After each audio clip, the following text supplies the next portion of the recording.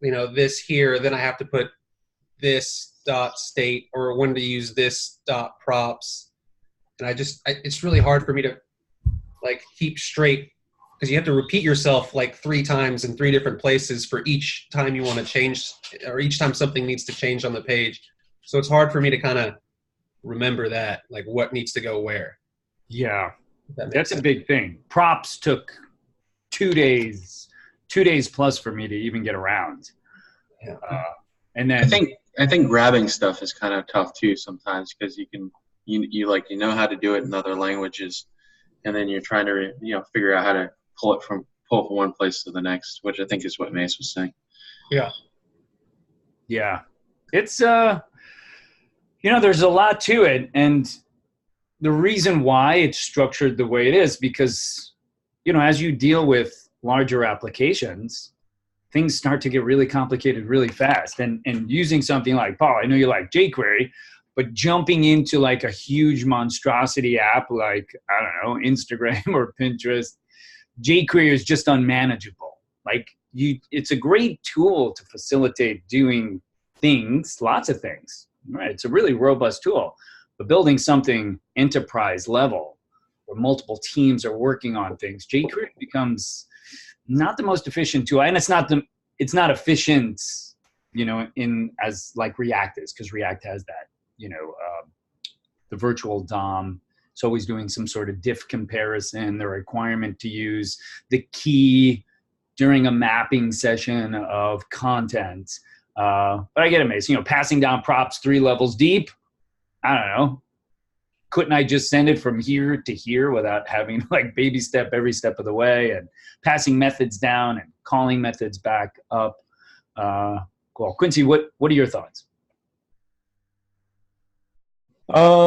Pretty similar. Props is what I'm trying to wrap my head around. How are we passing down info and how to, get it once you pass it down. Okay. Yeah. Yeah. I mean, once again, it's usually at this level, it's usually the same things like props, passing it down. How do we do it? I think at the end too, a lot of you really convincing yourself this stuff is when you have to build something out on your own. I just did that on Friday where I had the class. We did all morning. We just did one thing where we had a list of things. And if you clicked on one thing, it went to another list. And if you clicked on it in that list, it kind of went back to the other thing. And we did that. And then they had to replicate something similar, but with no directions. No, this is how you do it. You go follow these baby steps. And everyone struggled. Everyone was going down rabbit holes. And that's when I knew, like, oh, man, they're able to code along with me, which is really easy. But building something out from scratch is not going to be intuitive. Oh, I got another thing as well. State has kind of like which components need to keep state. Mm-hmm. I'm still kind of struggling with that as well. Which components now have you seen state in? So like the main component, like the app. Sure. Component. Okay. And then there's going to be certain components within the app component that need it and certain ones that don't, right? Yeah. I was looking for conceptually like why would something need state? Like why is that needed? And I was just going to bring up a drawing, right? I think I showed I don't know, did I show the drawings last week or did we start working through? Yeah, a little bit. Yeah. Not all the instructors do it. I just really started to find, teaching a whole week straight and really seeing how the students perceive something has helped me understand that, when you see something like this, right, which I hope you can all see it fairly well, is state lives here. It's just it's a to-do list, right? App, there's a header that's probably just got some information. Hey, welcome to my to-do list. Here's a form where you capture the to-do and then the to-do, the task list item, right? passes things down or loops over and generates a task component.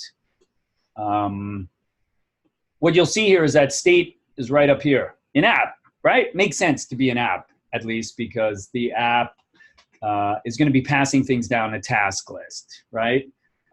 Also, form has state as well. Why does form have state, though?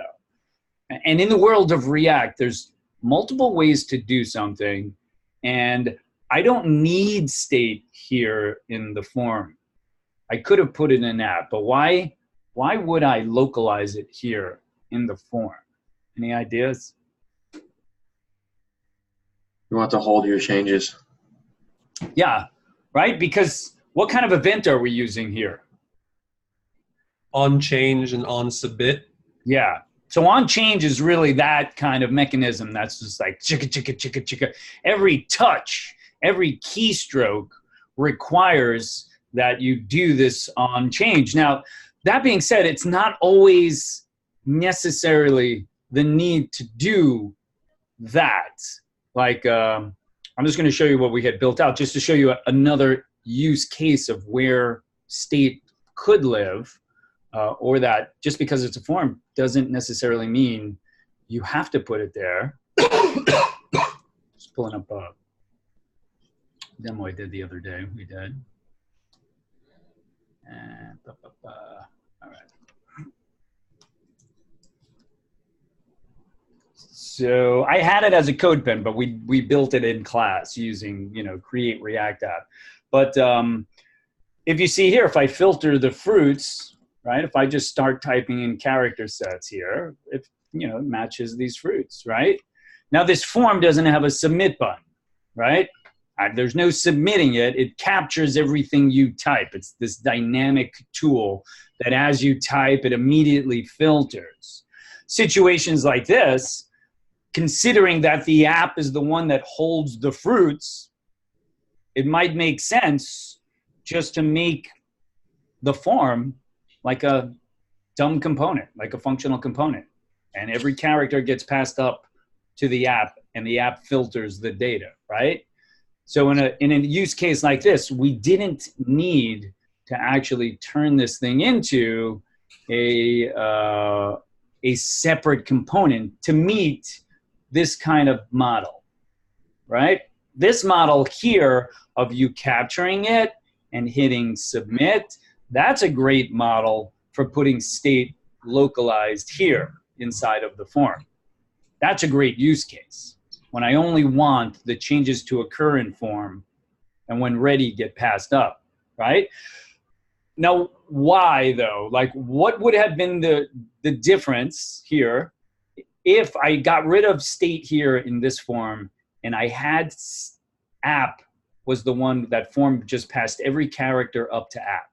Every time you typed a character, went up to app, just like it's doing here, right? What's the use case for keeping it here and not moving it up here? So every time you typed something in and it was constantly updating state, as you were typing letters in, it would be showing up on the screen, on the DOM, correct? Yes, exactly. Because the big thing here, and the one thing obviously to kind of remember, is that updating state, right, is equal to a re-render, right? And a single re-render of the app component triggers a re-render of the child components, okay? So React's gonna be like, oh, header, you have to kind of like refresh yourself, and like form, you need to kind of deal with stuff, and task list, here's the whole set of like things, and you gotta do it all over again. And in this use case right here, yeah, this kind of makes sense. Localize it there in the app, put it in the app and do it because I need it to run every time. This is a good use case. And so all week we were doing like a to-do list. We just did a to-do list. And then when I had them do this, a lot of them were like, oh, I got to create a form.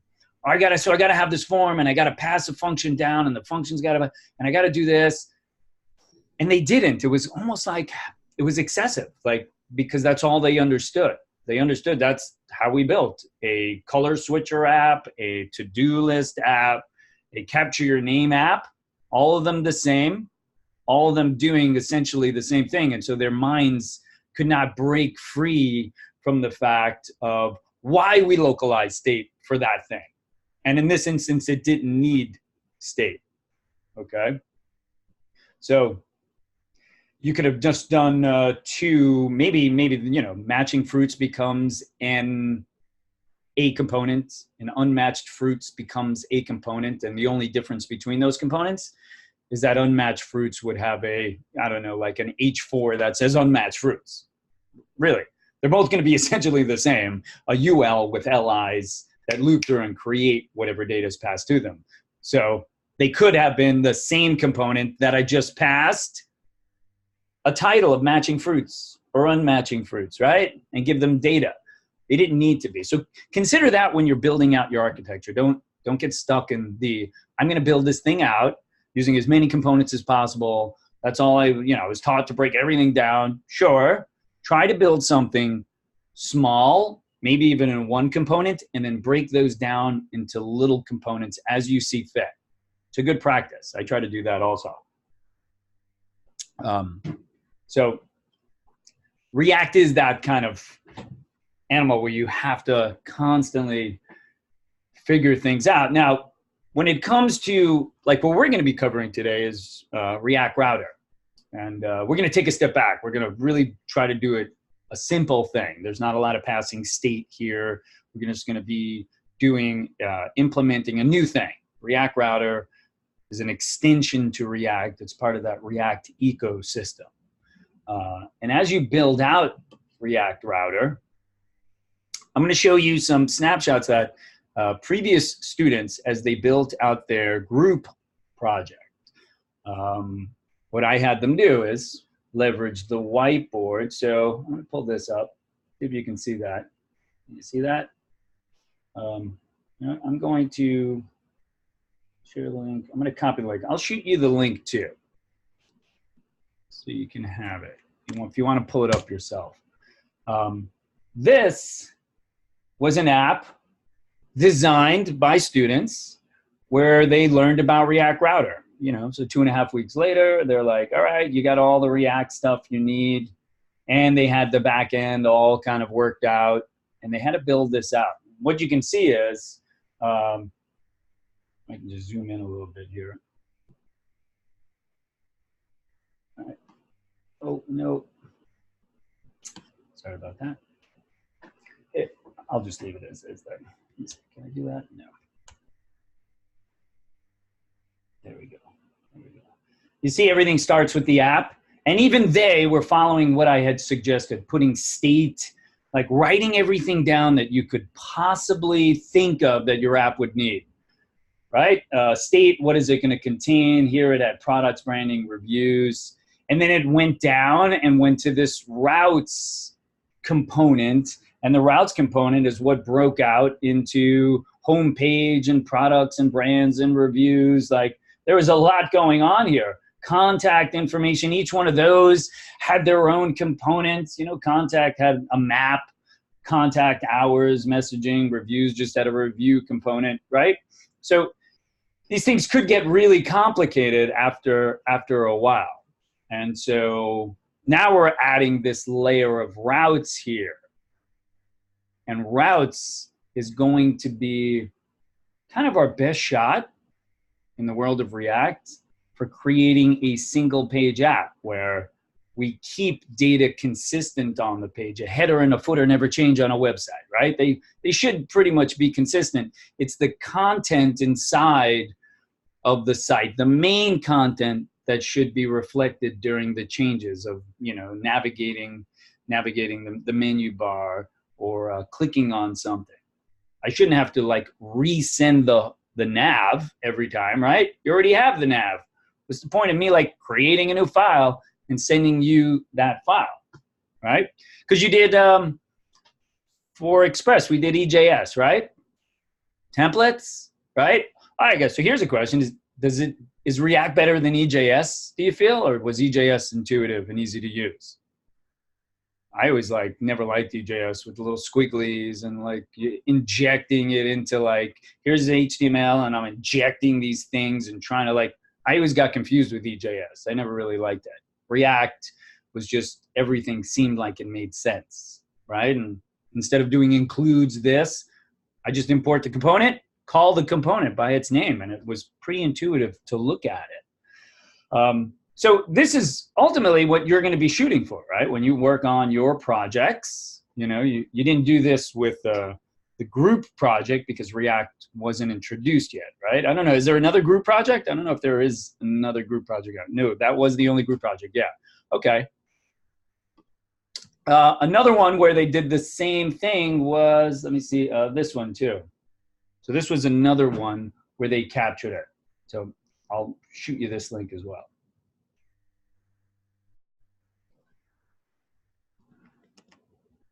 Okay. And, you know, once again, they were doing the same thing, you know, where there's nav breaks down. I don't see where their router is. So maybe they weren't implementing router. I don't see where the route. They might have had the route up here and then went down. But you can see how things can get pretty complicated with all these things happening at the same time. So I like to see when students do design something, what their thought process is. Because it's after you design it like this, and after you work out states and props and where they go, that you can build it. A lot of students just start building something like, oh, I'm gonna build it, and then all of a sudden they're lost. Like code themselves into a corner, components need to be refactored, and that can just get really, really frustrating really quickly. So, yeah. So, I'll get out of here. Have those files if you want to look at, you know, look at them if you have questions, if you're thinking about your own app. Has anyone started working on portfolios yet, or thinking about their portfolios? Is that like a deliverable anytime soon for you? Yeah, it's a deliverable. We're supposed to have we're supposed to work on getting our General Assembly profiles set and adding items there for our portfolio. Oh, I got you. But you don't have, like, General Assembly's profiles is just like a preset page and you just update your info. What about a portfolio site, your own portfolio site? Has anyone been working on that? No? Mentioned that if we wanted, we can actually get something to host our portfolio and Sure. on our LinkedIn as well. But I don't know. I haven't gotten started on that yet. I don't know. Okay. Yeah. I'm looking to have a few apps under my belt before I start putting stuff up on there. So you have, in all honesty, I had from my day class, I had them for Unit 1 build out their portfolio. That was their project. Build their portfolio. And I walked them through storing their projects in a GitHub sheet so that they could just pull it. This was pre them making API calls. And so the reason why I'm kind of suggesting it, the sooner you do it, obviously the better you'll be, but you could Google, just looking for what I put together for them and I can share it with you as well. Google Sheets. Hey, Joe. Yeah. Would it make sense to make our portfolio site using React? Oh, it's going to be using React. Okay. I know you have some, I know the doubts are like right now, I don't know. I don't really know React. React seems pretty complicated. Given the next couple of weeks, given that you're just going to keep working with React, you will like it.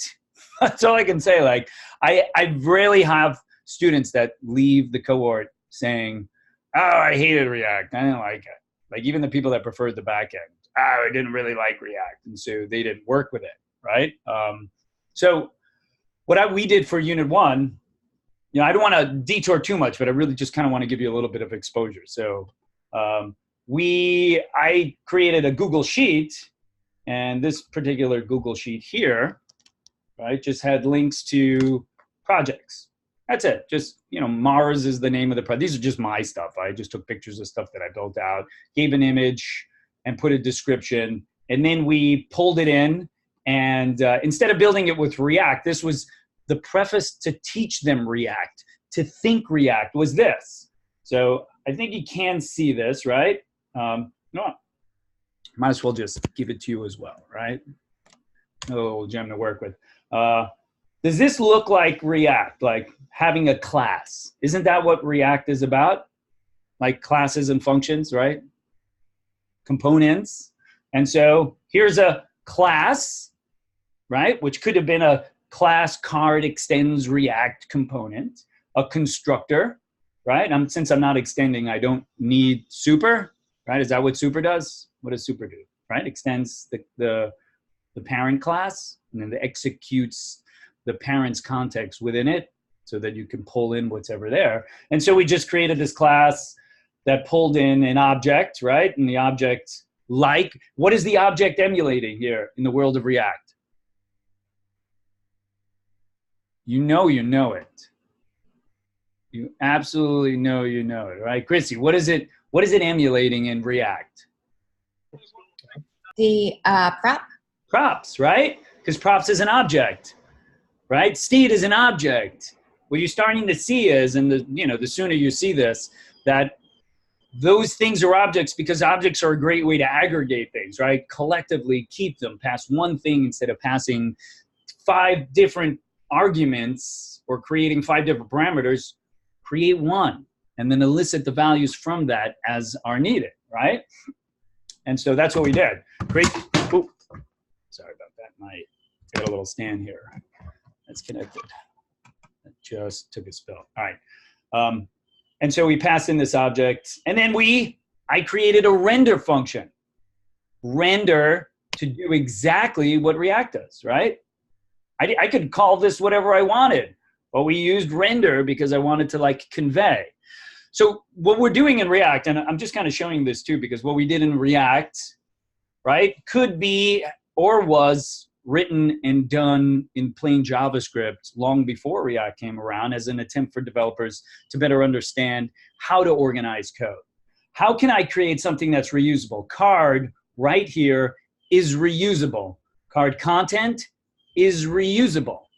Okay, the card is actually this thing, and then the card content is this, I believe. Oh, actually, the card's the whole thing, and then I split off card content just for this to show them that I could break down the bigger thing into smaller pieces, right? And then it's just a matter of if I did card content and said smaller, it's given something. I should have called this object, but it was one thing. And then they, build some things using JavaScript, adding classes, returning the thing, and then boom, we have the thing, okay?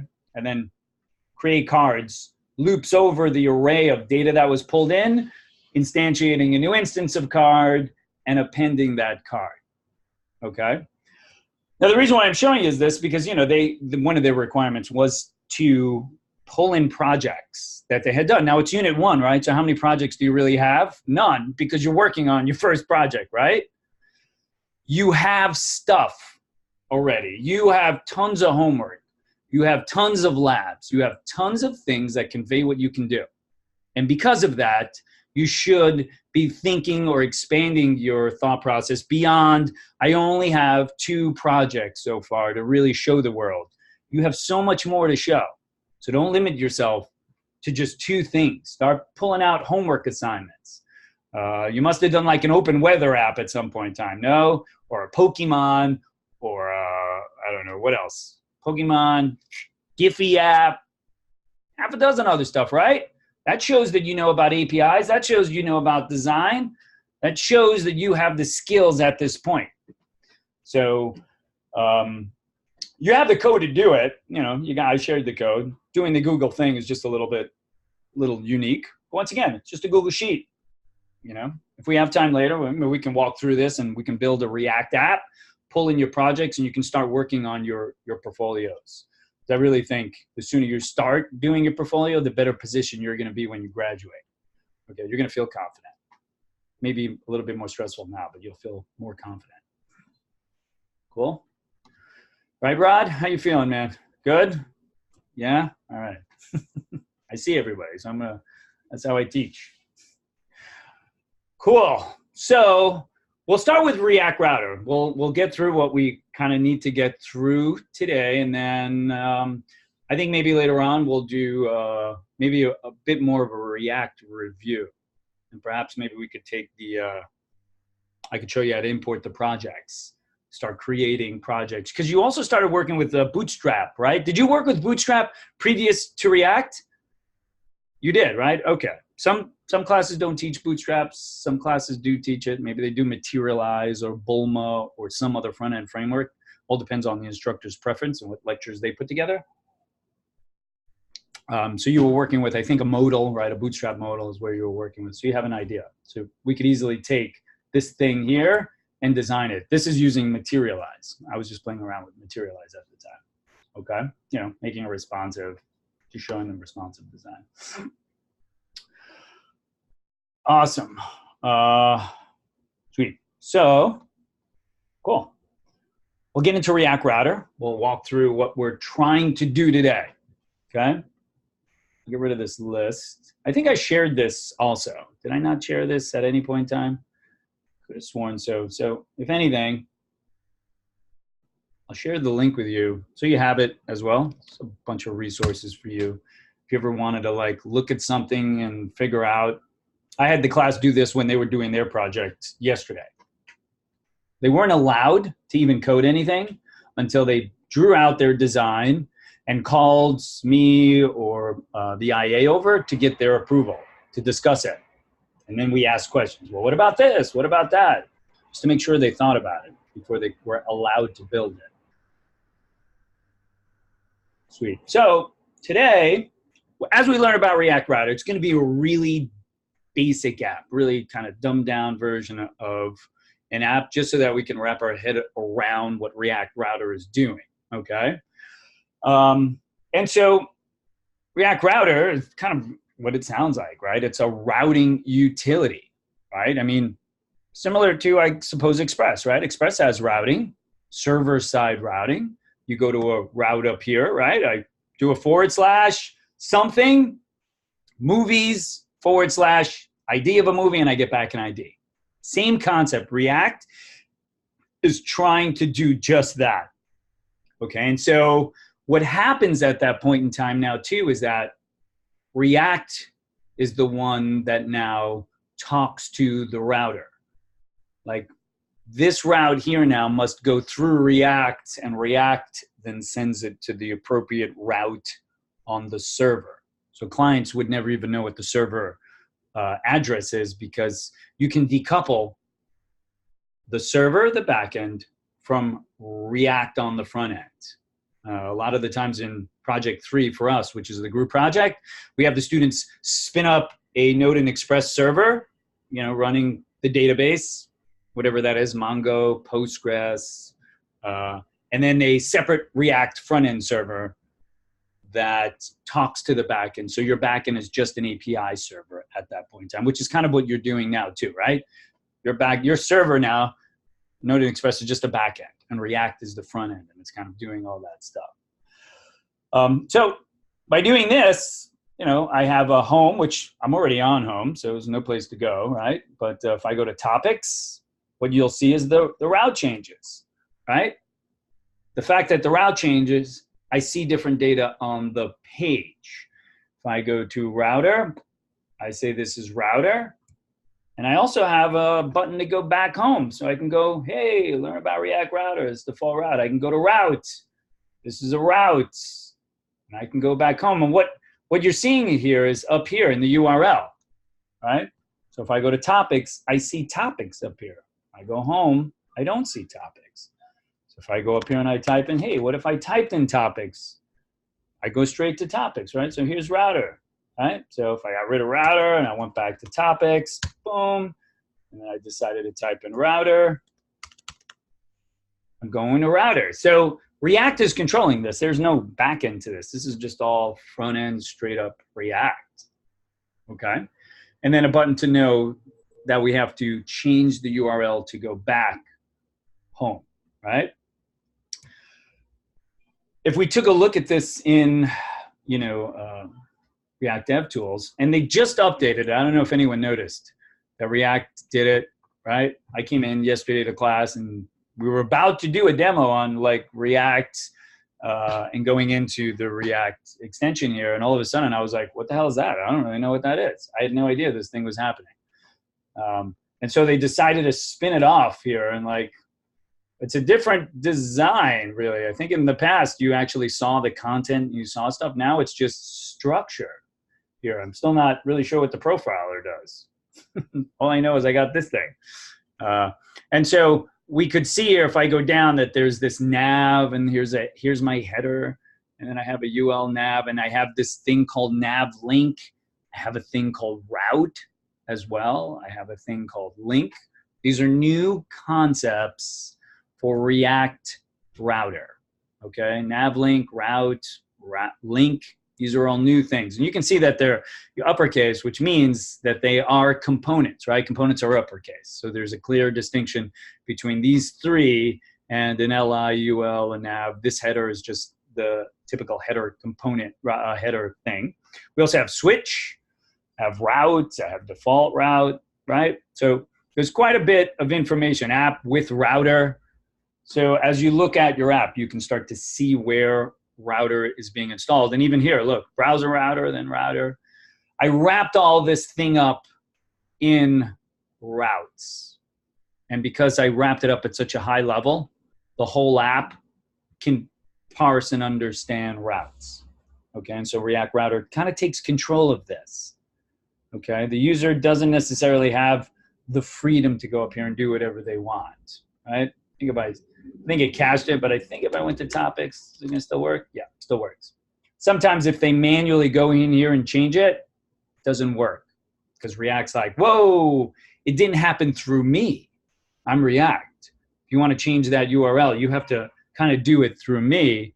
I'm actually gonna see if I stop it. Let me see, is this the quotes? And restart it. I just want to see if it does just that. That's example end.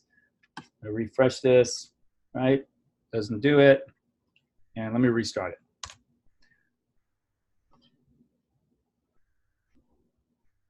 Nope, still grows. I think it's cached, which is why. I've seen it where it broke before. You typed it up here and it didn't go. And with React, everything changes so quick, so fast. It's hard to keep up sometimes. Okay, this actual same thing here. When I was building it earlier today, I took a base template that I had. I installed React Router. I started it up. I started working. I started implementing React Router, and it didn't work. And I was like, oh my God, I'm just about to teach class, and this thing doesn't work. It's because the one that I was using was something like from a year ago that I was playing around with, and things have changed. The minute I created a new Create React app, spun it up, and I did just the same thing, everything worked. These routes weren't even working for me. I was getting no errors, but they were not working. And I was like, starting to flip out. Like, man, stuff changes. So that's kind of where we're going to be going. Okay. We'll also be going into, say, this. This is something as part of the lab, and we'll kind of walk through the structure of this and help you build that out. But same concept. Here's quotes, a page that has quotes. Hey, welcome to quotes, welcome to quotes. Here's loading, which is conditional rendering, right? We have that conditional rendering because we're trying to hit a server and we're waiting for that server. And if anyone's pushed a Heroku, you've all pushed a Heroku, right? So when you try to spin up Heroku for the first time, what happens? Takes a minute, right? The thing doesn't immediately do this. You got to wait for a Heroku site to get itself out of this little sleep mode. Maybe 10 seconds, but still, if you're on an interview, just keep that in mind. If you want to show your projects, get them up and running. Don't wait to walk into the interview and be like, look at my site. Make sure those things are going. And so you can see that we have quotes. I could click on a quote, see the quote, and then it refreshes just to show me the quote. Kind of filters out. And then I could go to About and see my About page, right? And if I go to Components, I will once again see something like Browser Router, and then I have Router here. We can start working our way down, and I see Link here is being used. I have Nav, Switch Route. So all these things are being used here, okay? we'll take a look as we obviously go through the app. We'll start to see some of this stuff kind of come together. Sweet. All right. I think the last example I have, get rid of this, is this one for routing, where I just have these pieces of information. If I click on home, we're here. If I go to a roster, I see the roster of players. If I go to a schedule, I see the schedule. I'm gonna go back to the roster, and what if I wanted to click on the person?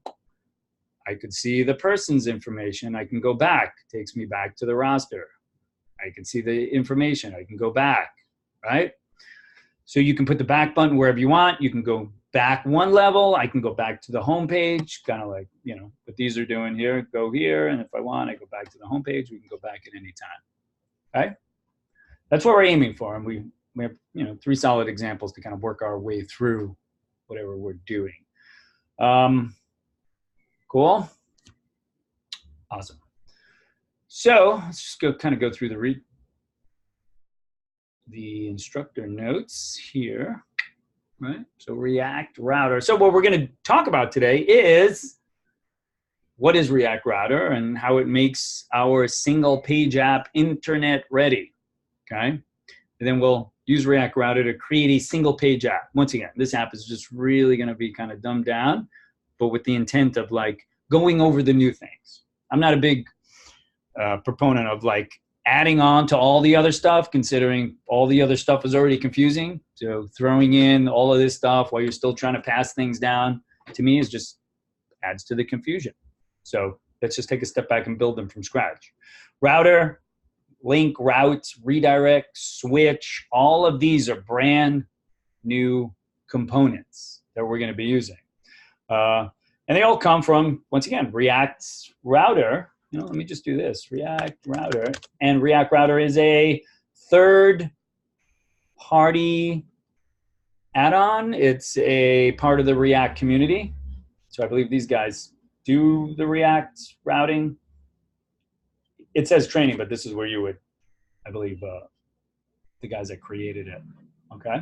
It's a pretty good site, too. This React Router is a pretty good site to, like, learn about React Router, okay? And then there's native, which is React Native, mobile, okay? React Router, and then they have all the information on React Router here, okay? And React Router also changes. Version 2, version 3. I think they're up to maybe like version 4. So yeah, for changes, notes prior to version 4, now they're up to version 4, okay? It's hard to keep track. Stuff that I taught last year, all those repos need to be like refactored because they don't suffice anymore. So how can we grow our app? How can we organize our app as they grow, right? So a standard web page is going to have things like a structure to it: home, about, services, blog, a gallery, right? Have you had to write any Medium articles? Is that something that's required of Flex, right? You've written some Medium articles? Cool. And they're posted? You actually posted Medium articles?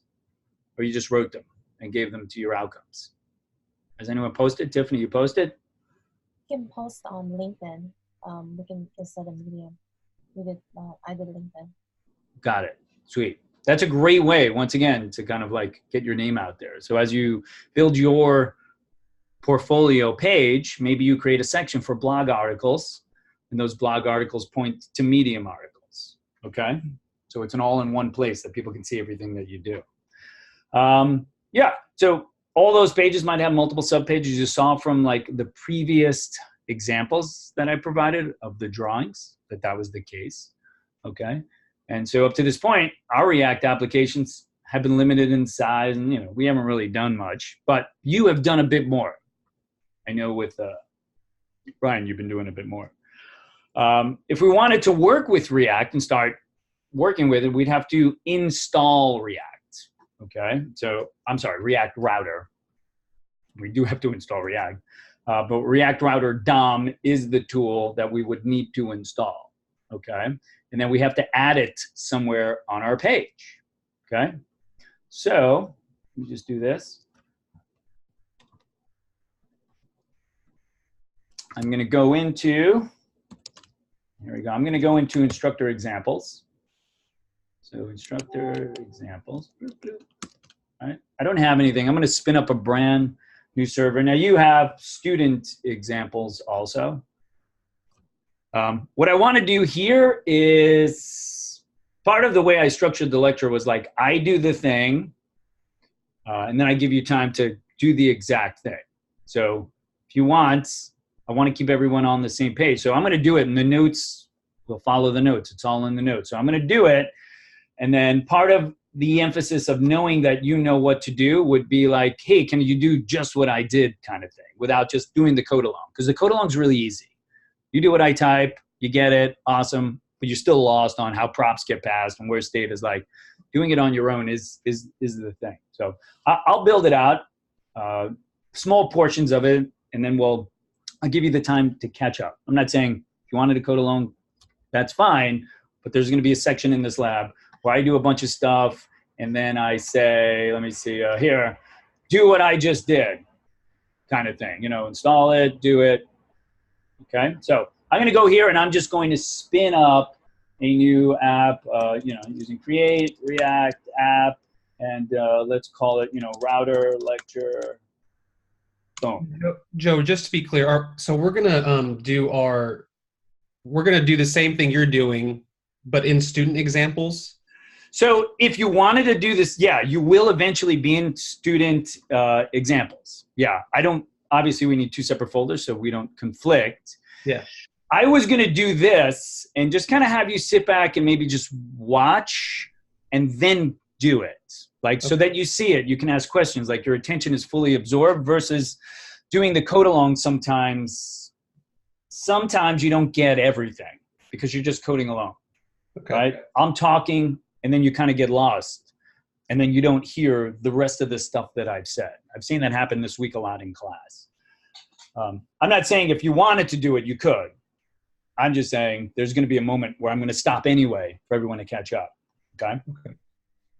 So I'm going to do an ls. Here's my router lecture. Boom. I'm going to change directories into router lecture. And I have it. And I'm just going to start it. npm s, boom. Should start up. And I will pull up the app. Oh, what happened here? I'll search ls, right? npm start. Not a break. Oh, there we go. Okay. Sometimes things happen. Here it is. I'll move that over there. I'm going to pull up the code editor. Pull up Atom over here. Boom. Make sure that they kind of sit side by side so we can see all the changes that are being made here. Okay.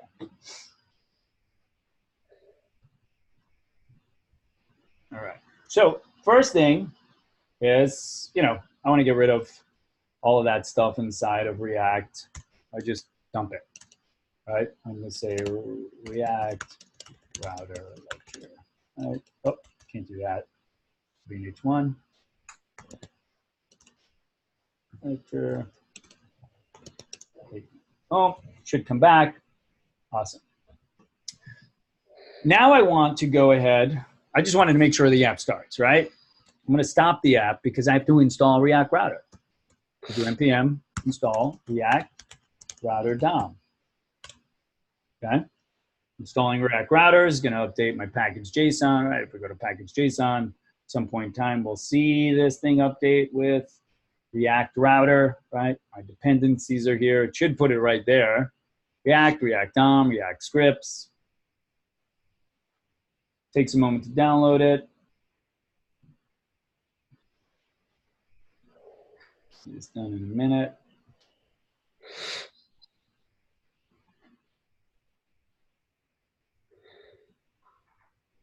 Taking longer than I thought it would take.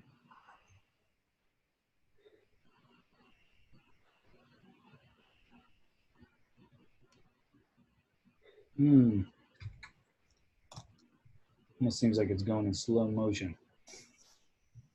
Of course, it's downloading all its dependencies. It's not just React router saying, hey, you know what? I need these other things too. And we got to download a whole series of dependencies upon dependencies upon dependencies, which is the whole Node ecosystem, right? People have built out things already, and so there's no point in you needing to build things out from scratch. So they incorporate some of this functionality in there. Almost done. Oh, sweet. That took a while. And then here's React Router DOM version 5.0. Once again, last time I was teaching this was 4.0. So they've upgraded it now to 5. So I can guarantee you there's probably some new things in here. And if I encounter something that's a little strange, that's going to be because they introduced something that I wasn't aware of them introducing. Just like the React extension has changed. If I was to teach today and not know that, I'd be like, whoa, man, I don't know what just happened. So I'm going to start it. npm start.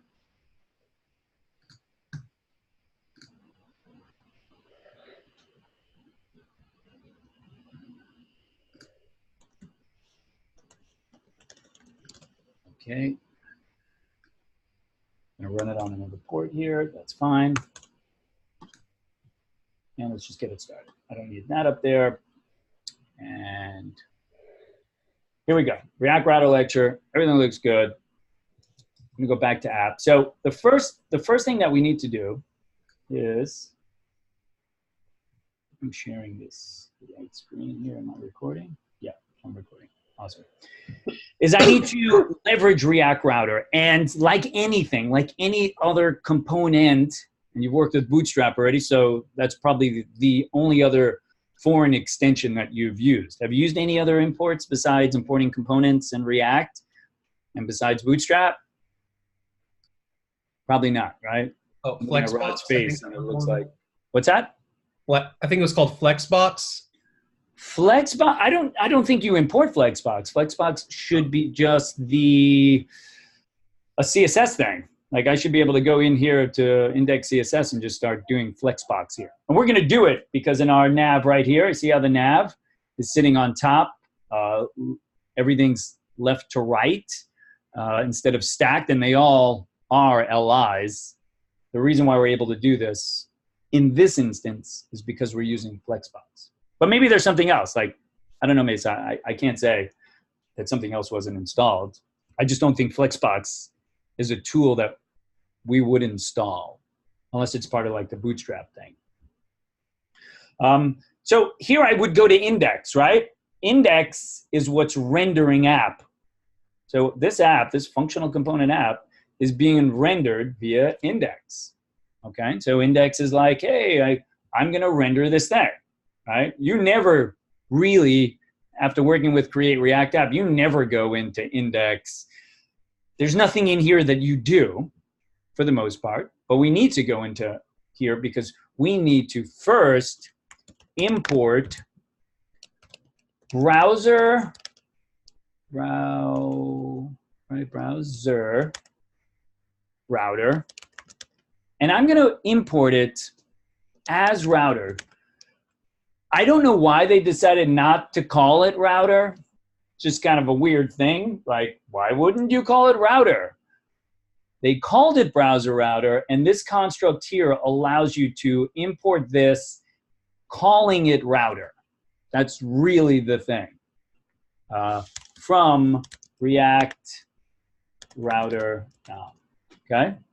So I'm not sure why they didn't decide just to call it router. And I'm getting like ESLint is like, hey, router's defined but never used. I get it. I'm about to use it. So I'll just put a note here. Import router. I'll just put router instead of browser router. At the highest level in your app, right?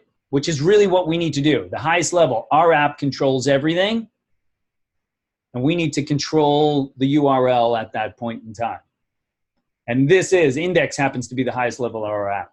So if I want to do this and import router, well now I'm going to just put them on separate lines and put router. And then which you've only really seen this when you've used Bootstrap, is that. What does that represent? If you were on an interview and they asked you kind of to describe why or what type of function is, what type of component has a starting tag, HTML tag, and an ending HTML tag? What word or words would you use to describe that? They have a name. No takers? Element? Well, I would say elements is a good shot. I mean, elements are, I would throw elements more into like HTML elements. That's what my brain goes to, an HTML element. A container? They are a type of container too. Okay.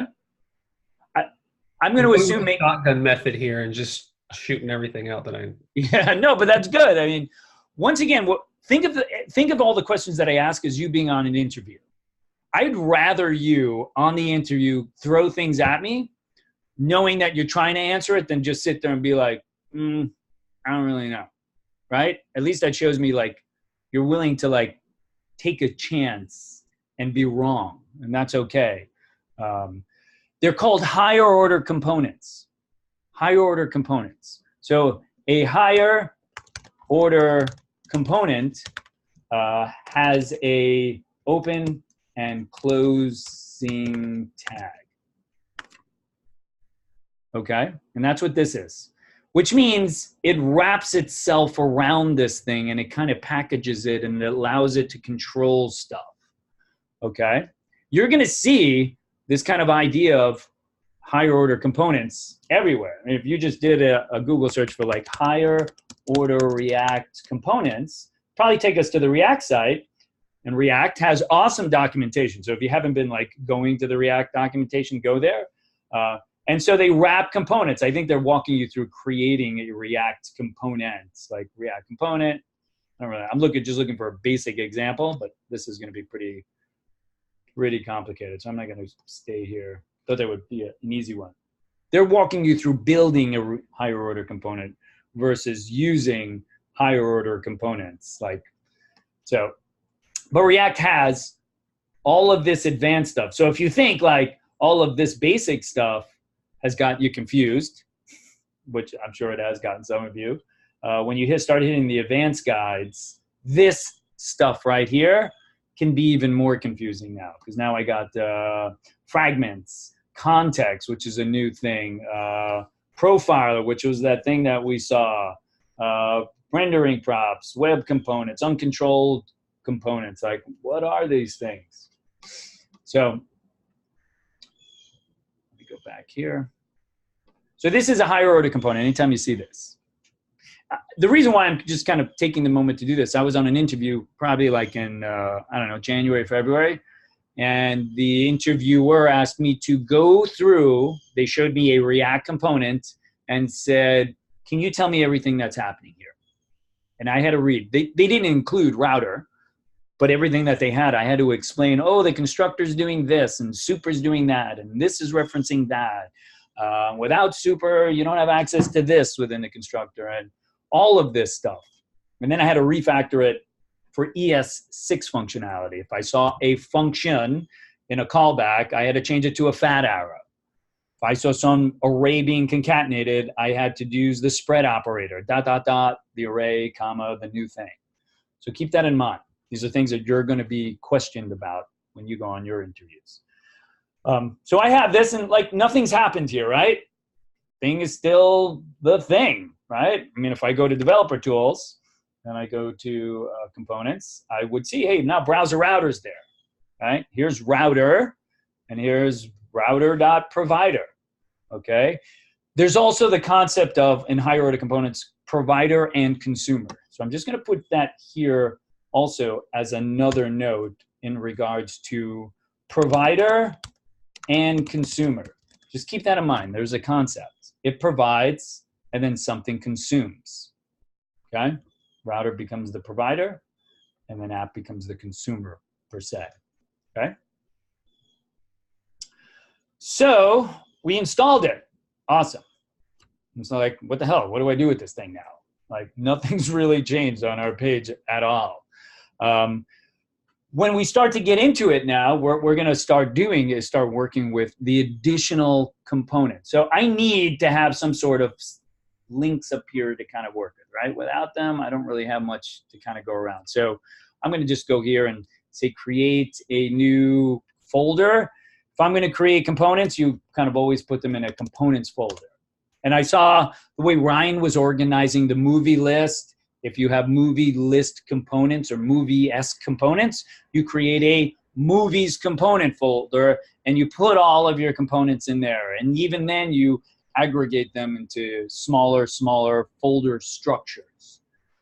So here I'm just gonna create a new file and I'll call it header.js, right? And in header.js, I'll import React, right? And I'm going to do this component. I think you've done this already, right? Component, right? Import React from React. What does this do, by the way? Just asking. What is that doing? Somebody said, hey, read me this thing. What is that doing? What does that do? Any ideas? I feel like, Mace, you're just going to throw it out there, and I'm going to be like, you got it. We're extending our class from component. Yeah, so this component exists inside of here, right? It's a key that returns something, right? And so what we're saying is, I would like to elicit directly from the React object a component property that you have there. So it would be like react.component. Just like if I didn't do this and I wanted to create a new, say, function header, or if this was a class, right? This doesn't need to be a class, but if I said class header extends react.component, I could do that, right? Components. But if I do this, then all I have to do is abbreviate this and say component. It's just a shorter, terse way of doing it. So if you ever see this, this is a way of creating variables where the thing that you're trying to pull it from is an object that has that exact key component. And so it can elicit it from that thing, okay? This doesn't need to be a class. You know, I'm sure you already know the difference between like functional components and class-based components and why you would use it. What's the difference between like a functional component? What's its purpose? I think Ryan used this very specific word to describe kind of functional components that just return some stuff, right? I did a div here, div, or this is the header, so instead of a div, right? Should be doing header.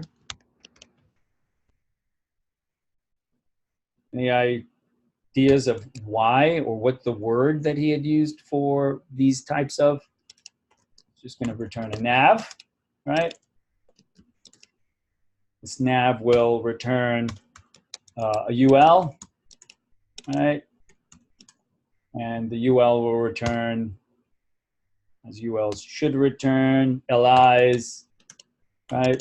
LI is going to have an anchor tag, href is equal to, I don't know, /, it'll take us right back home. Maybe we'll just say home. Does that make sense, right? Li, okay. I'll just copy this, put it here. Maybe I'll just say, you know, router. So at least we'll have two, okay? I'll extend, export, default, header. We got my little thing. So no takers on what this thing is called that just renders HTML. No takers. Going once. Going twice. Going 3 times. Yashira, come on. You're all smiles. You must know the answer, right? Yashira's like, I think I know it. I just don't want to say it. I'll say the presentational. Yeah. Presentational component, right? It just presents data, right? What was the other one for state-based components? There was a name for that. I forgot off the top of my head how we referenced it, but I was clearly picking this up.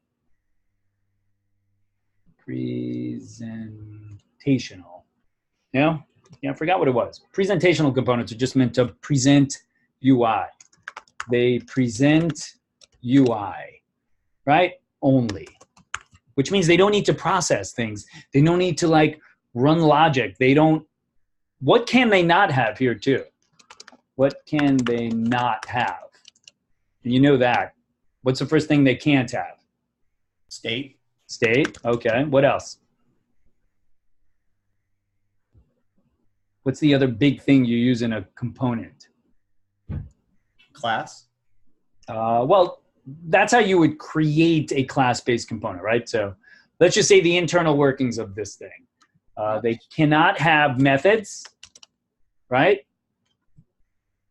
A functional component like this can't really have a method. I can't go here and be like, hey, you know, add to cart, right? And then just do something like that. That would break. It doesn't know what the hell to do with this thing, okay? Couldn't do add to cart is equal to a fat arrow. That would break, would mess this thing up, okay? The reason why you choose stateful components are because you want them to either contain state or to create methods that process information. You pass it up, I do a filter, I update state based on that filter change, right? Because I updated state, state re-renders, the things below the presentational components get this new data to show, okay? So I'm gonna go back to app and I'm just gonna import this thing. So import header from components, header, right? And then I just have to leverage it. Here's our H1. I will put our header component here.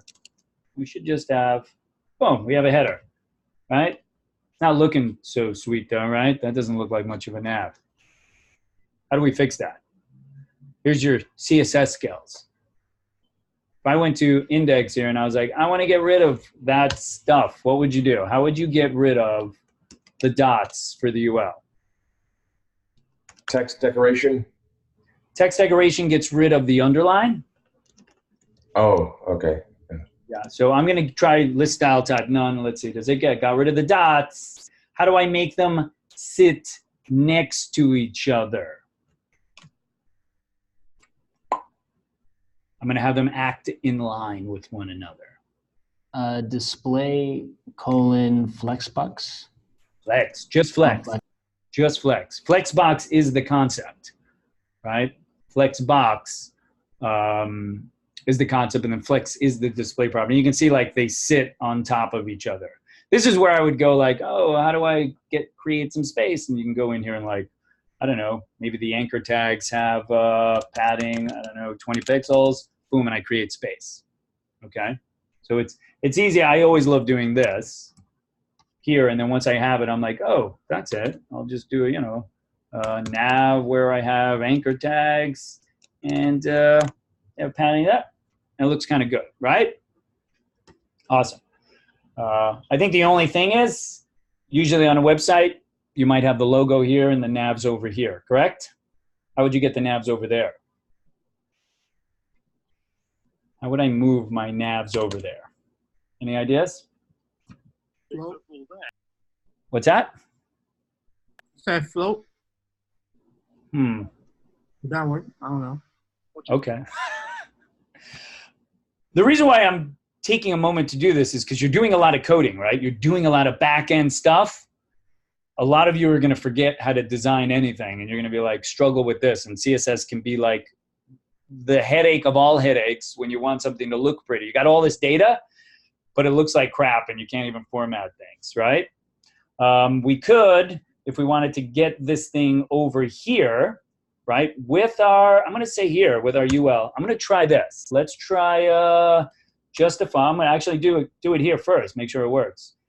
Go here, here's the UL. If I justify content, flex, end. See how I went to the end? Boop, right there. Easy enough. I'm able to get it onto the end. So I could just go here and do justify content. I don't really want all this. User selects. Justify content flex end. Okay? There's a couple of little small things. Now we got it, right? If I wanted to put a logo here, I could probably put a logo there. Awesome. Now I got it. Now these just take me right back to the homepage, right? They're always taking me right back here because they both had a / taking me there. But if I went back in app and I'm like, I'm sorry, if I went back into header and I'm like, hey, header, you're not going here, you're going there, that's a different route, right? Router is not the same as this. What's, I can't hear you, Mason. Yellow has to be so careful. Yes. Oh, yeah. You have to be very, very, very careful with everything. So I'm going to go back here, home, router, but it still it still takes me there anyway, right? Almost like, why are you taking me there? I don't have data there. So router's not completely configured just yet, okay? So I'm going to go back here. Here's app. Okay. Now, app is this router thing. App is working within the scope of router. Like, so it looks up to its router to be like, oh, I have access now to some things that we can implement here. So I am going to import route from React router DOM. Okay. Now I have access. I'm going to make sure this thing works, right? Anytime I do something, I don't want it to break my app. So now I have access to router. And so what we want to do is tell it, okay? Here's the important part, because route, I'm just going to put this here, route allows us to define routes, okay? Once again, like browser router just allows us to like instantiate routing. Route, this keyword here, is going to allow us to do routes. And that's awesome because I'm like, I want to do some routes. So for the header here, right, I always want the header there. The header definitely, I never want it to like leave. I want the header to be there. We'll update this in just a minute. But if I was to put here, we have a main, so here's our class. I'm going to put a main section. Main section. And in here, I'm going to use the keyword route. Path is equal to / because I'm doing that. Now, you know about routes in Express. So you understand like, you know, routes or app.get / and then request response, right? And then you do something and you respond. Here, we're just using routes. Oh, forgot the route path, okay? And then I have to tell it what component that I want to render, okay? I need to put in here a component. So I am going to create a home component to say go to home, and then I'm going to have one that's going to take me to the route section. So I'm actually going to just go back here, copy. Actually, I'm going to copy this, but I'm going to get rid of some of that, okay? I'm going to do a home.js here, and I'm just going to get rid of this header and just say main, like a div that just says, this is home. So we know that that's home. I'm going to change this to be home, this to be home, okay? I go back to app, and I just need to import that. So I'm going to import that right here, home, and home, and here I'm going to say home, okay? Want you to see this. I see this is home, and then I see router lecture. I'm seeing everything on the page that it wants me to see. I also see my header up here. I see this, and I see this. Awesome, but I'm still on this router thing here too. If I get rid of that, doesn't really change anything. I still see this is home, this is router. Okay. I want to change or create a secondary route, and this one would be router, right? If I want to go to router, I'm going to want to go to a router component, right? I don't have a router component yet. So I'm just going to create a new file called router.js. And once again, I'll just copy what's in here. Nothing needs to be smart. We can just do dumb components. Router, router, router. Okay. So 3 components, easy enough. Easily bang that out. And then in here, let's see, I didn't import router. So I think that's the error, right? Router is not defined because router is being called, but it's not defined. So I'm going to copy, paste, and say, whoop, and say router, router. All right, that should fix it. Boom. Now look what we see. I see both of these. This is home, this is router. You know, obviously the header should show. And React Router lecture, once again, is showing. But if I get rid of this, I still, oh, look, I don't see router. Huh? I only see this is home. I click on home, I see this is home. I see router, this is router. This is home, okay? So something's happening here. It's like, what do you think is happening? If I click on router, why do I see both? What do you think is happening here? Any ideas? This is different than the way express routes work, right? Where you do like app.get /. Anything that has a /, it executes. But if you have a / something, it doesn't. What do you think is happening here logically? The fact that both of them are executing.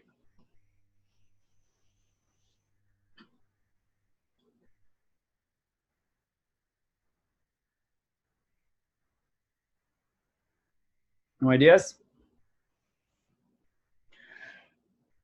So route by itself is like, you know what?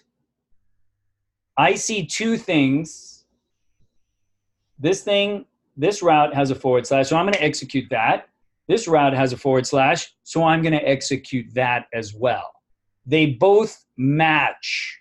It's kind of like a wildcard thing. Like if you see a /, show both or any or all things. That's the problem, okay? Show all things. The way to fix this is we add a keyword here called exact. This keyword exact is going to force us to make sure that only this is rendered if it matches, okay? So if I go back here, I go home, here, I go router, router, home, router, okay? So the exact keyword is used to match the route exactly, okay? So I suppose if I change this up, let me see if I move this up here. You can move the routes around. I get rid of this one. Would that change the way this works? Look, did it change? Router, nope, still works. So it's still doing the routing. What you should always have is like your most or your more specific paths towards the top also, okay? So if you have your more specific paths toward the top, I wonder if I change this keyword from here to here, if that would have changed anything. Home, nope, still works. Oh, no, it doesn't. Look, home is good, but router shows 2, right? It shows 2 because now this path also falls into the scope. It's like, you're a match too, so I'm going to show it. So you could use the exact keyword on multiple things. And if you do, it will exactly match those things, okay? Now I'm going to make one change because I'm looking at the lecture and I'm calling it router here. But in the lecture, I have it called house, okay? So I'm going to just make a small change here because I don't want it to deviate too far from the lecture. Otherwise, you following along isn't going to be as intuitive. House, out of here. Rename. Now I'm going to push this up also. I'm going to push this up. I'm going to take a break in just a few minutes too.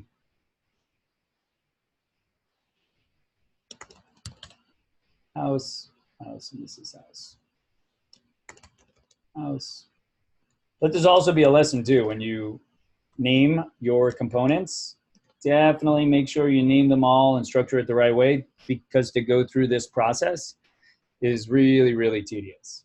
Okay? Cool. How are we feeling about what we just learned? Like, a few things were thrown at you, but it wasn't a ton, right? This is really just a basic app where you have a header, you have some information here, and then just this piece of information there to kind of say, hey, we're here, right? Not a whole lot. I'd probably move like maybe the H1 from below it to here. This seems maybe more appropriate, right? This is the name of my site, and then this is all the content on the bottom. And if I left that kind of looks more appropriate, suited like that, right? Sweet. Okay. So why don't we do this? Why don't we take a 10-minute break? Take a 10-minute break, come back, and then I'll walk you through getting set up, and then you can run off and start doing the router. Cool? All right.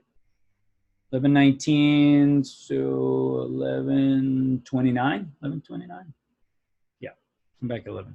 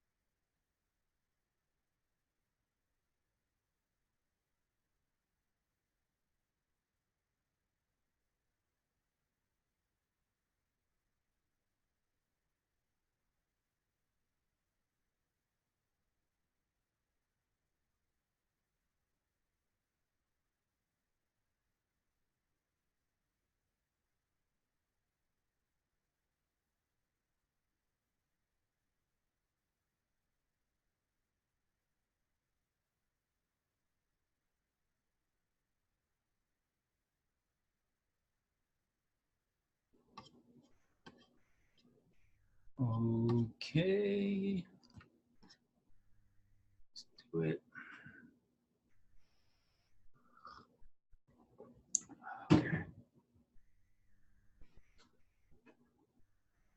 Okay, so let's take a look at, give you time to kind of catch up. Nope, that's not it. Here's the router lecture. I just pushed up what I've done. Okay, so structure examples, router lecture, everything that we kind of worked on is in here, okay, with the notes and everything. What I want you to do is kind of, once again, this is about, and I only emphasize this is because I've seen students struggle with things, and a lot of the times the code alongs are great. Everyone codes along and they're like, I got it, this is great, I understand it, I guess, because I did it.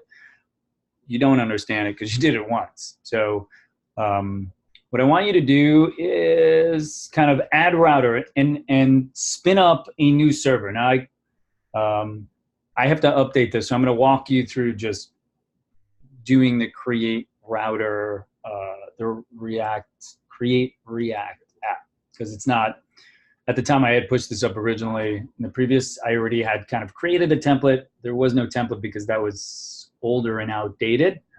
So I didn't do that. So what I want to do is have you create a brand new React app, okay?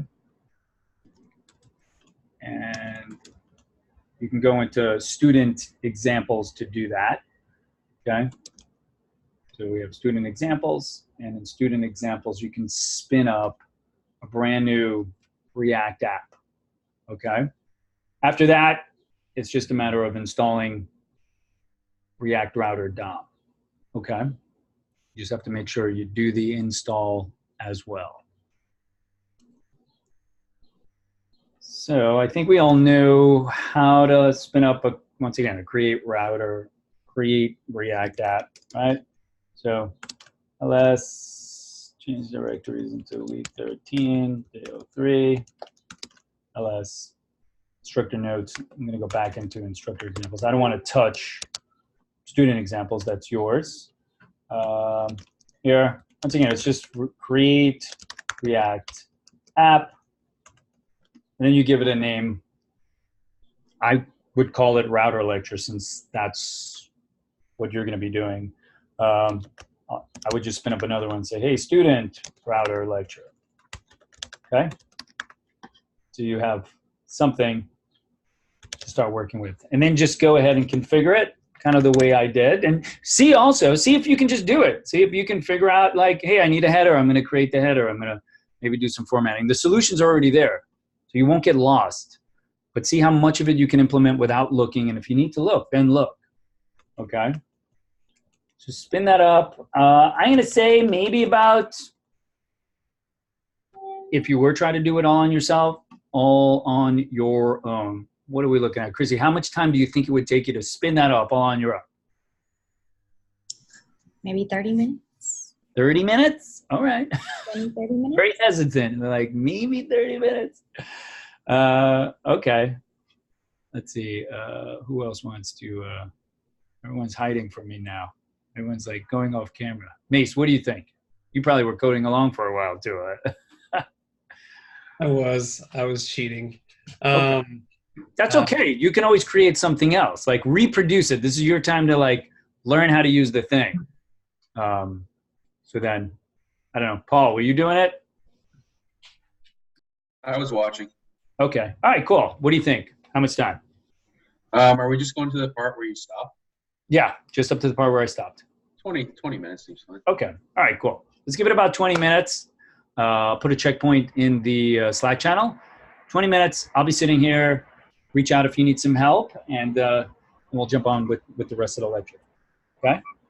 Definitely here to help out. So let me create some breakout rooms, right? That's what we do. breakout rooms. All right. Have you work on your own in these breakout rooms. Okay, automatically create the breakout rooms. Go. Boom, and I'll play back in, say, 20 minutes. Or boom, boom, boom.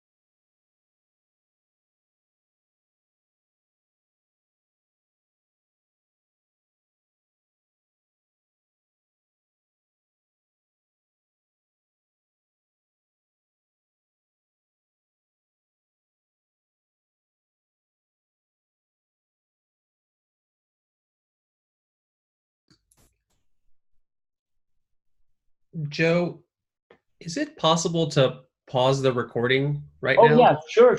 I remember reading your comments, Mace. Yeah. Okay.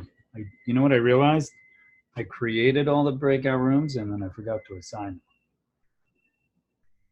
them. So I don't think that stopped anyone. You were going to be in your own little space anyway. But bouncing from like day class to remote class sometimes takes a moment to be like, we do things just a little bit differently. I am recording again. Just started recording the session. But yeah, thanks, Mace, for keeping me like, sometimes the videos do get crazy long, 5-hour video or something. It could be condensed. Cool. So, I mean, in the end, you were really rebuilding what I did. I know some might have encountered some errors or some issues. I only got 4 completions. So I'm just curious, with only 4 completions, if you did not complete it, what's the challenge? What is it that, or the errors that you're getting? So I'm gonna ask for volunteers, maybe 1 or 2 people just to show me the working thing. We'll do the comparison, make sure they're on point. And then anyone who had an issue, let's see if we can just kind of quickly work through some of those issues so that, not that I'll you volunteer. You want to volunteer? Awesome, Kutsi. Go ahead. Let me share my screen. Yep.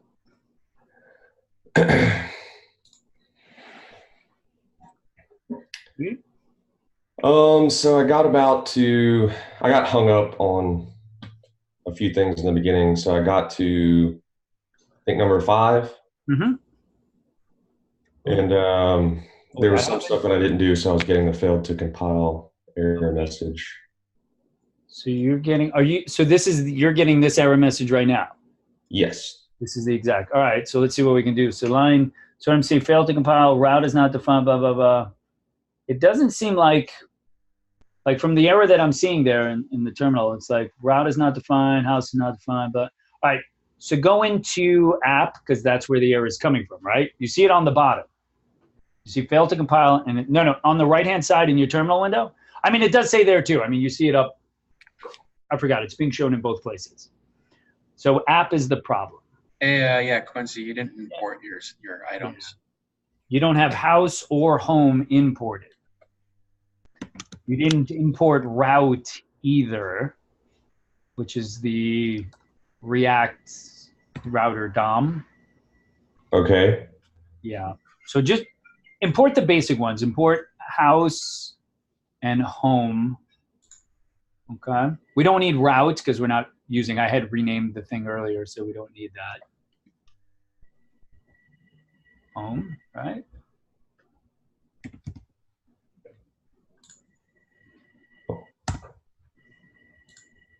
And then the other one was the router, you said? Yeah, you have to import.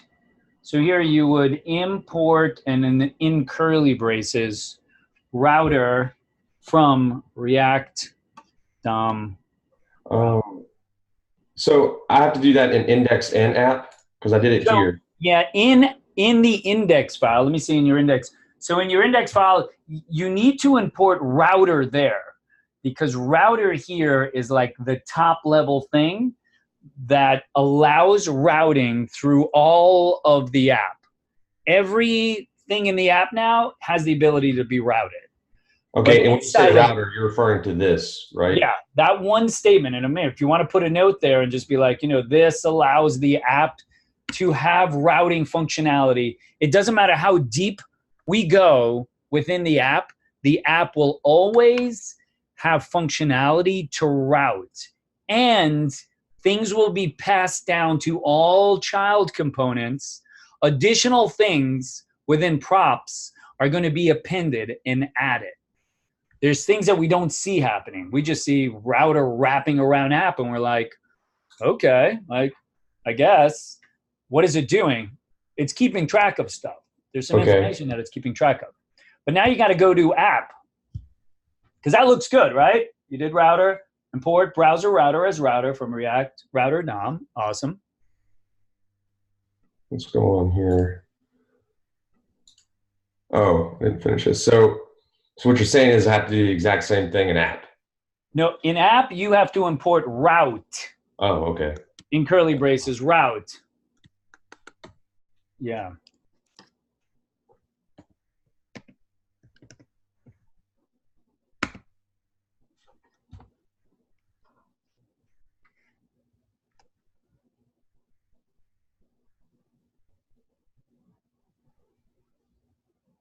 There you go. Now save your changes and let's see if we can get rid of that error message. Because I mean, on the left-hand side, it still looks like it's not showing like mouse route and it doesn't look like it's updating to, oh, you're restarting it. Okay. Okay, components home does not contain a default. So go to your home, go to components and go to home. Oh, yeah. Yeah, go to your home component. Oh yeah, you didn't finish completing it. Yeah. So copy, what you do is just copy one of the other ones. Oh, you didn't copy, oh yeah, so just copy the whole structure. At this point in time, it's about like, what's the easiest way to get this thing done without, I mean, you already know you could create a functional component, right? That's not too hard and there's nothing going on. I wouldn't necessarily like waste any time trying to be like, I'm going to create header from scratch and this from scratch. Gotcha. So, and I also pushed up the code too. So if you ever get, the last thing I want, what I found is like, I want you to be challenged. I want you to like struggle a little bit to get the thing done, but I also don't want, too much time. And I'm not going to say wasted, right? When you're learning something, it's not necessarily wasted. But when you start to think like typos might be the issue, that's something that holds you back. Or, you know, forgetting that there wasn't anything in the component, stuff like that just holds you back. And so always feel free when you see the error. I will push up my code and just look at your code compared to mine. And then you'll be able to like, oh, snap, that's right. I didn't have the thing. Let me do the thing, you know? Gotcha. So I can always go back and fill in what needs to be in-house. Exactly. And you have the code. Like at any point on the next lab, you could go back and kind of retrofit it and pull whatever parts you need from my code to kind of make that happen. Yeah, well, that gets me to the basic functionality that I need. I can go in and fill the rest in. So, Cool. Yeah, I feel pretty comfortable right now. All right. Yeah, I appreciate you showing that too. I mean, you were stuck. It's not about showing stuff that works is great. I mean, I know it works. Showing where you made the wrong turn, other people are going to make the wrong turn too. So that helps. And I know Ryan mentioned this too. It's like baby step the thing. Baby steps all the way, right? If you create an event listener, like, you know, handle click, all you do is console log handle click. All you do is attach handle click to the button and you click and you make sure that those two are connected. When you confirm they're connected, then you start doing stuff. Then you pass a value, console log the value. I'm getting the value. Awesome. I'm going to do something with the value, right? Don't try to create everything. I'm going to go to components and I'm just going to start creating a home, a header, and a yada. I created the files, but I didn't create the thing. So really baby step everything. That's where I see the biggest gap in working with React is the students just try to do like everything too fast, all at once and too fast. And then there's too many places that errors are happening that it's one error after the next error. Cool. So you got that. Chrissy, you want to show yours? I knew you had a working one. Ignace, you had one too. Just want to see the fully working version of it. There you go. Sweet. Okay. All right. Everything's in place. Cool. And Chrissy, did you encounter any issues trying to build this out? Any obstacles? One? Oh, sorry. I was on mute. No, I don't think so. Okay. I just baby stepped it, just like you said. I did one route and then made sure that worked. And then I did the second route, made sure that worked. Cool. And that's a good approach. And that same approach that we're going to take here is if I was building out a full-blown Express server, right? An API-based server or whatnot, I would do the same thing. Create a get route, default route, make sure that I can console log that it was hit. Awesome. Move on to the next route, post route. Make sure I can console log, hit the post route. Boom. When I know my routes are working, it's easy to move on to the next thing versus getting stuck in one small thing. Cool. All right. So I will share. Yeah. Yeah. Yeah, can I share something? Sure. Yeah. Let me stop sharing. Go ahead.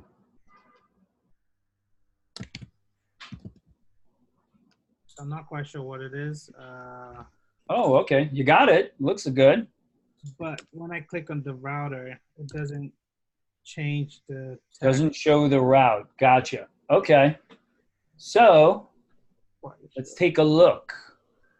So we got router. I don't think it's happening. Oh, yeah, there, because you don't have a router thing there. Just want to make sure. Right? Okay, perfect. Yeah. Thanks. Exactly. Sweet.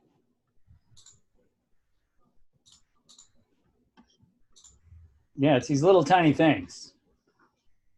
Once again, just going through the process and you're following along, just watching and then reproducing, that's the true test of you're learning the thing.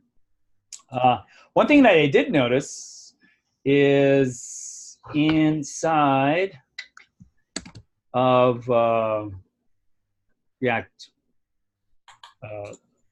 DevTools is that things like, Browser Router has props by default.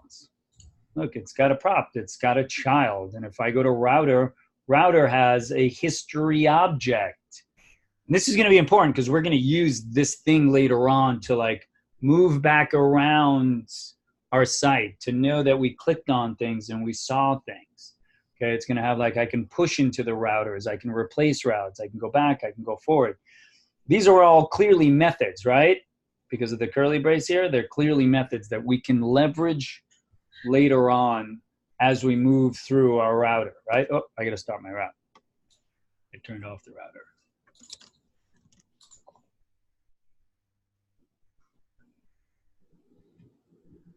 And so it's got defined or predefined data inside of it. Okay, and as we move around here, there's a length, I'm not gonna change anything right now, but we will be accessing data. And it sees here, right? See how 23, it just went to 23. And if I go back to home and I expand 24, if I go back to router, 25, it's keeping track now of everything that I've hit, every URL that I've gone to. And that ability to keep track of the URLs allows me to go back, to go forward, right? Just like you do on any site that you go to where you click on and you keep going and then you just hit the top right here. Here, if I do this and I do that again, look, all of these things have been kept track of and allow me to go back in time, okay? And I can just keep going. So this is important, and this is going to get passed down to all the things, and we'll be able to reference a few things, okay? So that's why we keep this particular lecture. I always just try to take a step back. You've already learned all this other stuff. There's no point in throwing a ton of new stuff at you where the old stuff is still sinking in. All right. So the next thing we need to kind of work our head around here, and then I'll jump into it, is this concept of switch and redirect, okay? So we've seen that it's possible to have multiple routes, right? We've had definitely at least 2 routes now, and to execute them using that exact keyword. This exact keyword is what's been necessary for us in our app, right? Exact, and I don't know, that's kind of tedious. Maybe I don't want to always use exact. Seems like extra work. There is this switch component that allows us to do something, okay? So this particular switch component here, component can be used to group routes. I would only render the first matching one. That's pretty awesome. If the routes are added in order of most specific to least specific, then it's possible to avoid the exact keyword altogether, okay?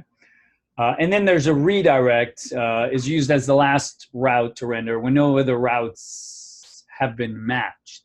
Where else, this switch concept, where else have you seen it, or have you seen it? I'm going to guess you have seen it and have worked with it. It's not a React thing. Switch. Does that ring a bell? So if I ask, what are the conditional constructs that we can use to figure out logic? I'll get you started. If, right? If else. What's another construct that we can use to determine if something has met a condition? Ternaries. Right? Use that quite a bit. That's a short cut for if else, right? Ternary operator. Awesome. So what if I wanted to meet or match multiple conditions? What if I had, I'm just trying to think like, okay. If I pass in an orange and a lemon, both of them qualify as what? What type of category do you call Citrus. Citrus, right? So what if I had some sort of conditional logic that was like, hey, if you're an orange, you're citrus. If you're a lemon, you're citrus, right? What conditional logic could we use to achieve that? That would be the most efficient conditional logic for that. And I'm bringing this up because of the keyword that I'm just asking you to like think about. I think you did learn it. So I'm going to go here and say switch. JavaScript switch statements. Is that something that you covered in Unit 1 at all, or were introduced to? Okay, so maybe I was wrong. Different cohorts, we go deeper into different things, but a switch statement allows you to meet multiple conditions and execute one thing based on multiple conditions being matched. So I could pass in both a lemon and an orange and look to see if it was a lemon or if it was an orange, and then do something based on that condition. So the reason why I'm bringing this up is something like this is because switch is being used. It's a little bit different in React, the way it's being used. But if you wanted to see, I'm going to give you the multiple condition ones here, like here. Is this it? Today's Saturday, today's Sunday. No, they have a really good one where they go over, here we go. They're getting the day of the week, new date, .get day. When you get day, you actually get a value like a numerical value for the day, right? So if it's 4 or 5, the numerical value, hey, it's going to be the weekend. That means it's Thursday, Friday, right? If it's 0 or 6, it is the weekend, and then every other day is like looking forward to the weekend, okay? So this allows you to evaluate several things and then execute something based on that condition, okay? React Switch is looking to like be more specific. It's really trying to act like an if-else, like if it's this, do this thing, like it really wants to execute one thing. But it does allow you to do just that. You know, you can have specific conditions. To me, writing an if-else is more intuitive language than a switch, because a switch is like, if you didn't have to do multiple things or match multiple conditions, then an if-else is the way to go. But if you ever see a switch, definitely be able to talk to it. If you're on an interview and they're like, hey, give me like options to do conditional logic, what have you learned? I mean, you can always say a switch, even though you can't reproduce it. At this point, you might just be able to say, I can do a switch and I can find multiple things. Implementation is different than at least conceptually knowing about it. So what we want to do, I'll jump right back in here, is apply that.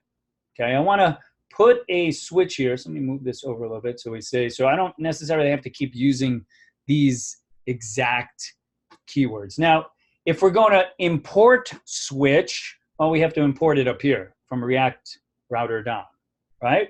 Now, importing it means it's part of React Router DOM, and if I do a comma here, I can say switch.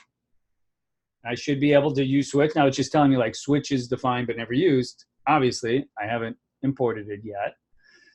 So having switch is also one of those kind of higher order components. And a higher order component is meant to have an opening element and a closing element, okay? Make sure it works. Everything looks like it's good, right? Let's move these over just a little bit so they kind of stand out. That's what a higher order component does, okay? There's also the concept of higher order functions, Higher order functions are functions that take in a function or return a function, okay? You've already worked with those higher order functions. Does anyone know like a higher order function you've worked with so far? I'll give you a hint. Array methods. Think of an array method that has a callback inside of it. Hint number 2, an array method that is a looping array method. Well, you do know these. You so know this one at least. For each. For each, right? For each takes a callback, right? And that callback is a function. So a function, even though it's a method is a function. Method or function, same thing, that takes in a function or returns a function. Some things return functions, okay? Are callbacks, just so that you know, higher order functions. And here, these are higher order components, right? So that must mean they wrap around this thing and then they do something. All right, so I have switch. I'm gonna make sure once again, this stuff still works, right? Still router. Oh, what happened? Router, now it's not working here. I'm just saying this is home. Oh, did I not change? Oh, I didn't change my link. Here we go. I'm gonna change my link in my header because it's not router anymore, right? This was house. This was house. And I'm gonna change this to be house. Okay. Just want to keep it consistent with the lab. I deviated just a little bit.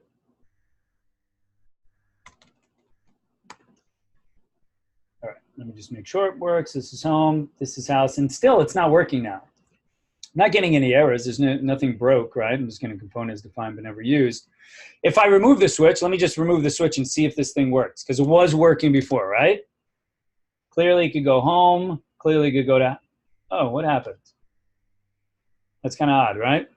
This was working just it's still working. Click on house again. Oh, there. yeah, it is. It's working, okay. You're good. Oh, man, my eyes were just not seeing it. Okay, house, yeah, still working, cool. If I remove this exact and exact, let's see if that works.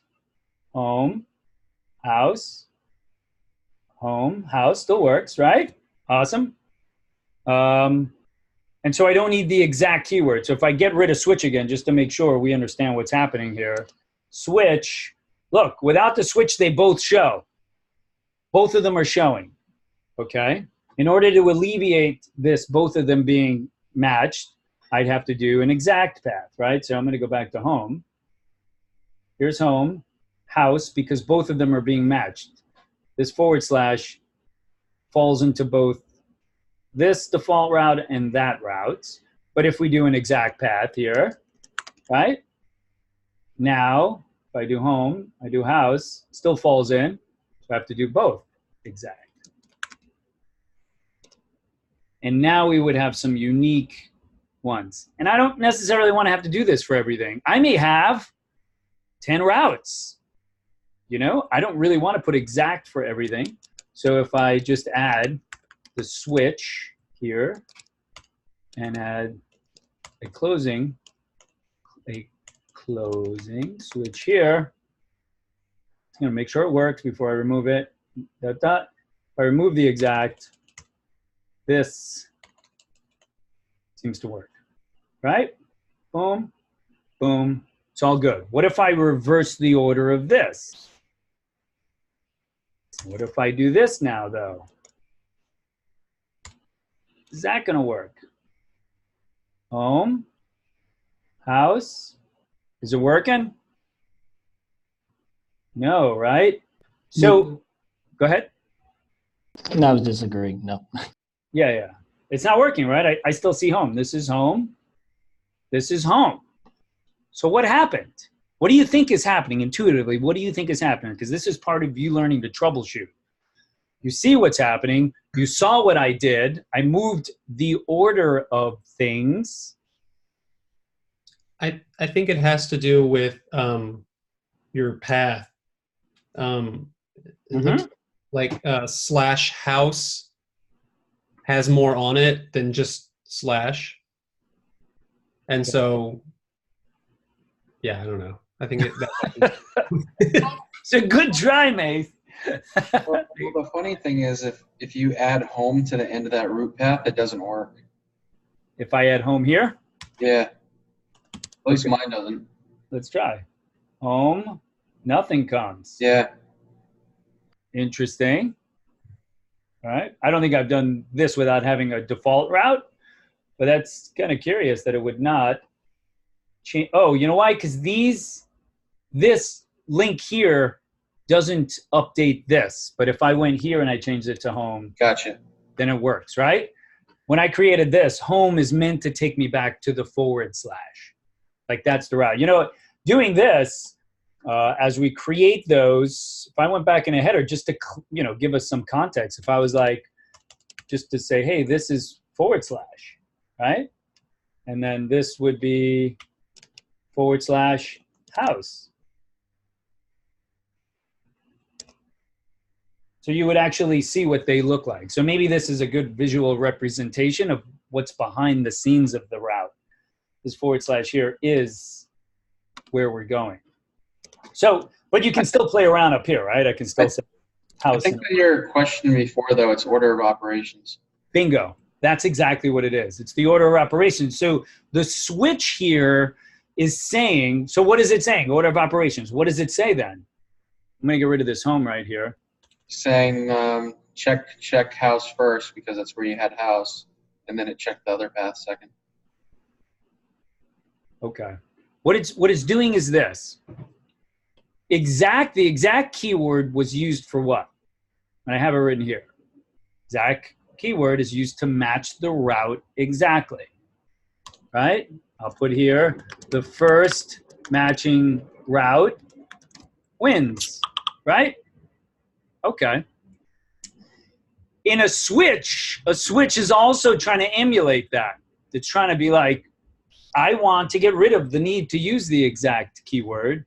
So I am also, I'll put it here, switch also finds the first matching route and stops looking. Okay? Now, by what I mean matching, once again, it's this regular expression. I don't know if you've been exposed to regular expressions yet. You have? Okay, I see Paul shaking his head, so I'm going to say yeah. So regular expressions are just ways to match patterns, right? They're pattern matching techniques. I can look for an @ sign that is followed by 2 or maximum 3 characters, right? At google.com, or a series of characters, dot by a series of 2 or 3 characters, .com, .eu, whatever, right? That's what this is using. Switch and route, they're all using this kind of regular expression to say, switch is like, hey, I know you went to house, but house has a /, the route has a /, so that must be what you wanted because I found something that matched. Look, I found it, okay? If you're going to go this route of using switch, put your most specific routes at the very top, okay? Always put your specific routes at the very top, okay? I'll put that here also. When using switch, always put your most specific routes at the top. Why wouldn't you just specify all of them? Specify all of them how? Like /home. Well, I need, I mean, you could, but I still need a default route, right? Everyone who goes to my site, almost every site you go to has that, correct? Like that's usually where you go to. You land on your home page like that. I mean, you could, once again, if you did do that, then should find the most specific route and do the same thing. But that's not how websites are created. Whenever you go to websites, you almost always land on that top level domain name to be part of your site. That's just what it is. And then all resources are in the routing system, whatever that routing system is. Okay. But you're right. If I did put here home, that would have been fine too, right? So, but that's the one thing we have to be aware of when we're doing switch, is that you want your most specific routes to be at the very top, or you have to use the exact keyword. So it can be a combination of two things. If I flip this and I did it the other way, then I could use exact, but then what the hell is the point of using switch? You know what I'm saying? Like if I'm gonna do React and switch, I don't know, doesn't really make much sense. Now here's the other thing is, people are gonna go to the /, right? So when they do go to /,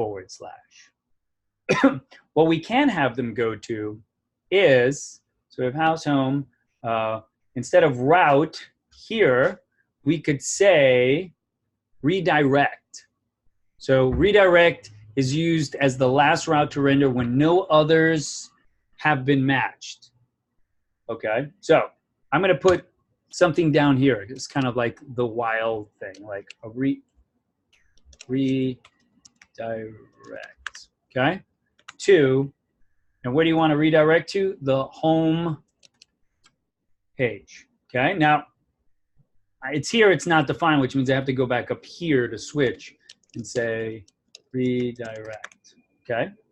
Because there's a chance, let's put it this way, there's a chance someone goes to part of my cells, just make sure these still work, right? This is home, this is house, and I say this is room, and where does it take me?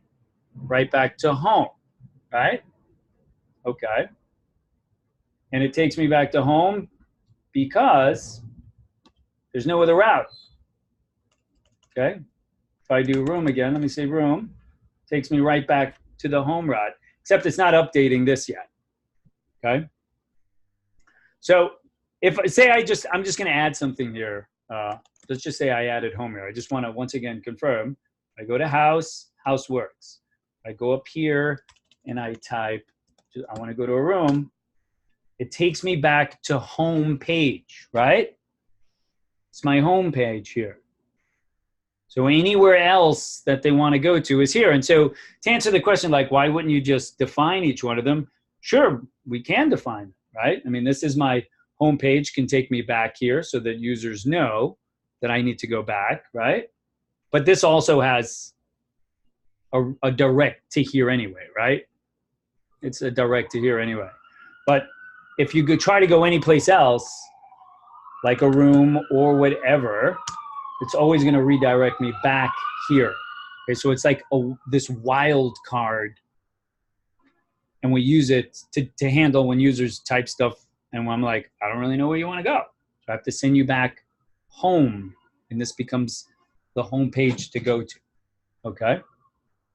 We don't have a route for home. You know, we have this, and that should take us to the home route, but we don't have a home route, right?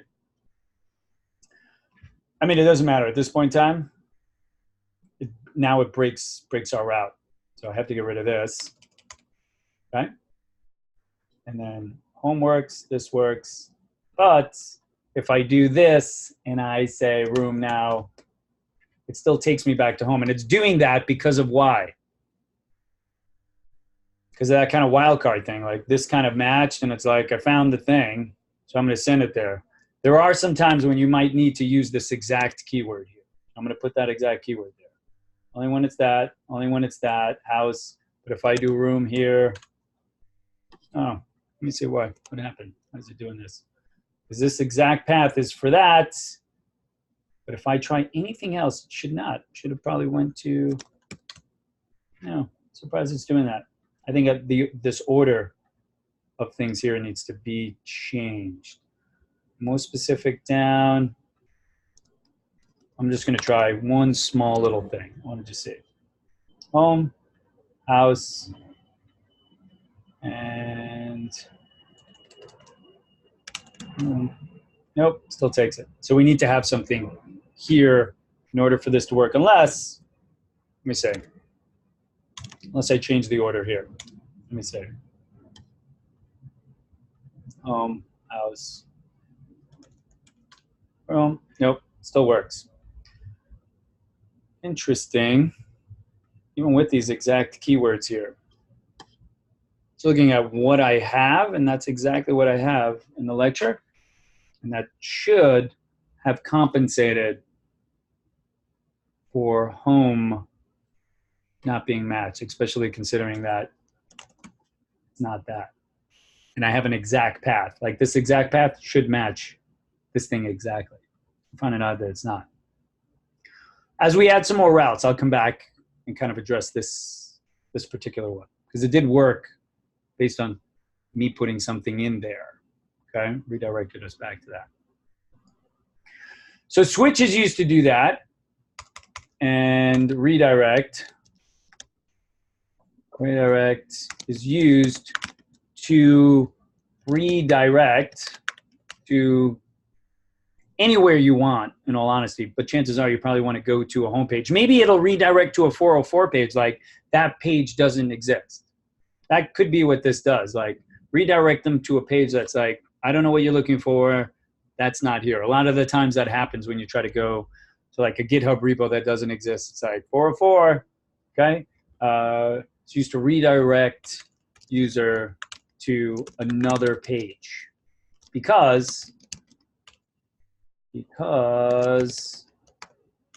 route they are looking for doesn't exist, okay? That's important. So let's take a look. There are, and you've done this in Express. In the world of Express, what you've done is add paths to something, right? And these are paths, but you've also added parameters. If I want to get the ID of something, I create a route that has the main route / what? What do you include if you want to capture data that's being sent to you and then work with it? What is that? What do you work with? Okay. The ID? The ID, right? And the construct that you use to capture that is this. Does this look familiar? Right? And we call that a parameter, right? On the routing side, whatever is typed in here, whatever it is captured. That becomes a wild card. Anything that you put after the colon becomes a key value pair. So an object's going to be created that has a key of room and whatever value you happen to type in at that time. Okay? So if we wanted to, we need to have something to render here. So when they do this, it's like, if I did go up here and say, I don't know, what am I rendering? I'm still rendering house here. So I'm going to change this to render room, but I don't have a room yet, and so this should crap out of me, right? I don't have anything for room. The ultimate goal is to do something like, you know, change these to go back and forth between two different things, okay? So I'm going to go and I'm going to create a component called room, right? Here's home, right? I'm just going to copy our house, right? House and home, they're both the same. So I don't have to worry about typing everything from scratch. Room, and this is room. Okay, so I have this. I'm going to import it here. Got my house. Got import room from room. Awesome. So everything's working. Cool. Now, what we'd want to do is have a new link here that would point to a room. Okay. So let's go back to our header. 1 second here. Our header. So I'm going to create a new link. This took us to house. And this is going to take us to house / what am I going to say? A kitchen, maybe. Let's try the kitchen. Okay. So this isn't this is / house kitchen. So we can see here what the route truly is. And we know that house, anything typed after house becomes a parameter. And kitchen now would be that particular parameter, right? So if I click on it, I get, once again, I get this is room, because that's what we're outputting in app. App is outputting a room component, right? But the room component, if we go into the room component, some information is being passed down to the room component, okay? How do we capture information that's being passed around? Props. Props. I do props. How about this? I'm going to console log and say, this is props from room. Okay? Let's just see. I'm going to console log it, but we could also use components here to see what's being passed down. So I'm going to do this. Let's click on house again, and we'll just make sure house, home, and now I'm going to go, oh, you know what? I want to call this kitchen too. See where it says house? I don't want, that's kind of confusing that it still says house. So I'm going to say kitchen. So we know we're going to kitchen, but I also want you to see that this is the exact route to the kitchen. So if I click on this, it takes me to room. If I console log, I have this whole object. Do you see all of that? All of that was passed down. That doesn't normally get passed down to things, right? If I went, just to confirm that this is kind of new, if I go to app again, right? Everything in app, right, has access to this content. Why is that? Because index has surrounded route, right? So that might make even sense if I went to header. Let's just see if header, if I console log props here and see if that's the case. Console log. Let's see if it gets anything from router. This is header. This is props from header. Let's see. Obviously, when the page refreshes, we would see if it's getting something. So it's not. I'm getting a lot of this. It's getting an empty object. Okay. So it's not limited to this. So I take that back. It's not router that's doing the passing of data. It's route that's doing the passing of data. So under the hood, route is saying, hey, I'm kind of managing routes and you happen to be one of my routes. There may be information in that route that you find useful or you need. So I'm going to pass it down to you, okay? I have access to all of this information now. I have access to all of these methods that I mentioned earlier about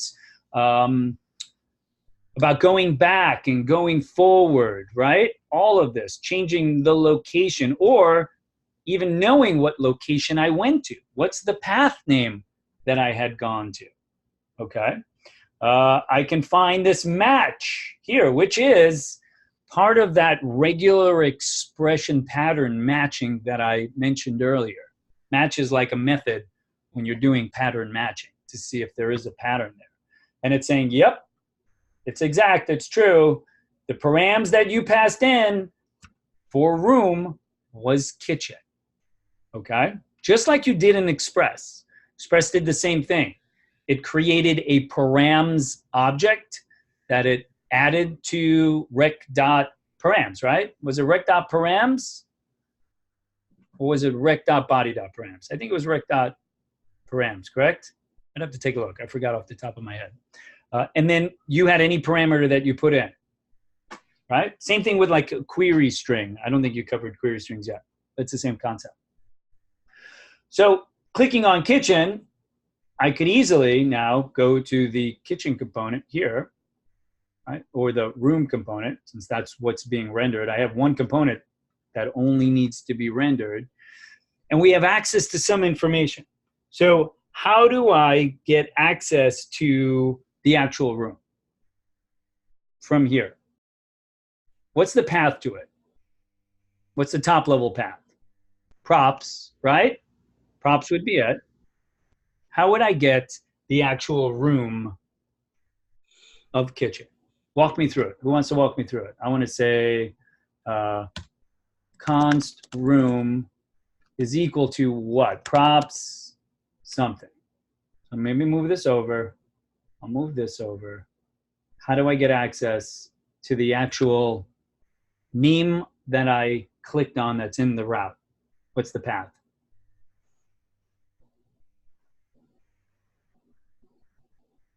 And dot target. Event.target? No, that's like those are events.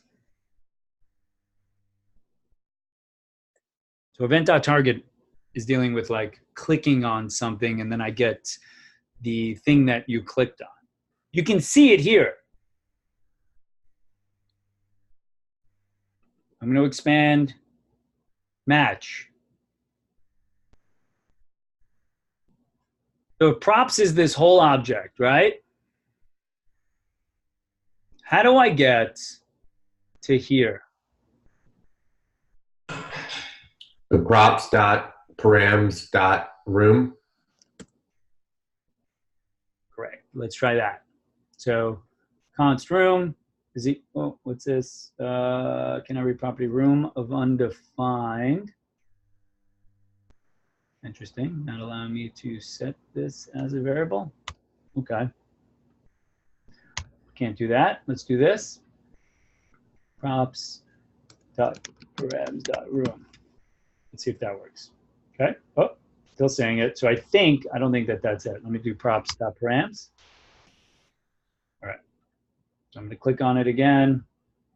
So this is props for room, and it's saying that it's undefined there. This is props for room. So I'm going to go back to this.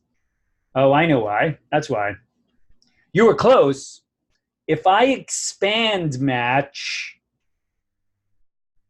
what's the first key that I need to put up here?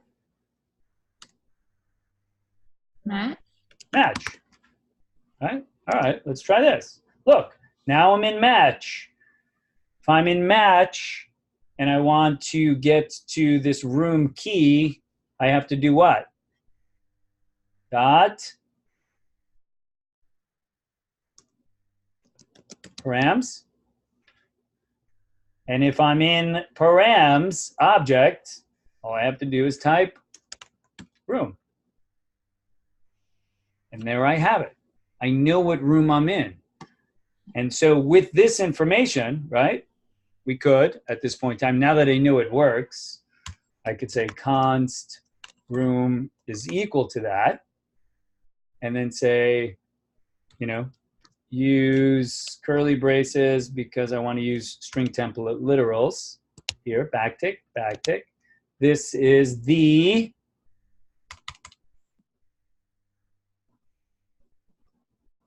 I think we still have to do that, right? This is the room. Let's see if that works.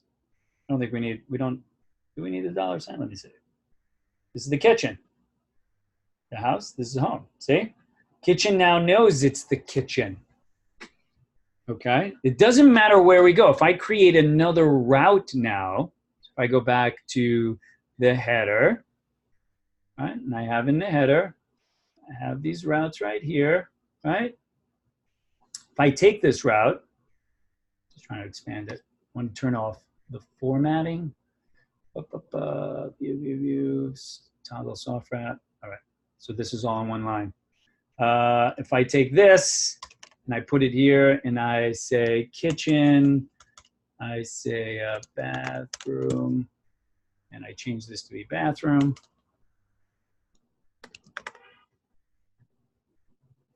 This will be bathroom, right? Just do this. So now I have my little house here. I knew what the route is going to. This is the house, this is the kitchen, and this is the bathroom, right? So they're dynamically being populated, those values. And it's important because those values are going to be important, especially in something like with this basic demo, it's pretty basic what we're doing. But when we get to something like this here, where when you click on the roster and I get this person, when I click on that person, I might have to go back and like get more information about that person to show here. I might have to go up and filter out an array to retrieve back that person's information. Okay, and that's important.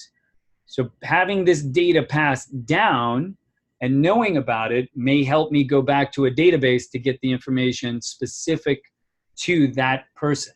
Okay, something like home and schedule is easy. If these were clickable, that'd be a different story. But going to roster, there's more links. And so I can pass down to those links information. And when you click on it, I can make a request to pull data, specific types of data. Okay? Sweet. How are we feeling so far? Okay, so one question. Oh, hold on, I wasn't broadcasting. Okay, so now I see here that you did make the links, line 13, line 14, cool. And on the left-hand side, you just have room. Now, if we were to add content to the room page, would those links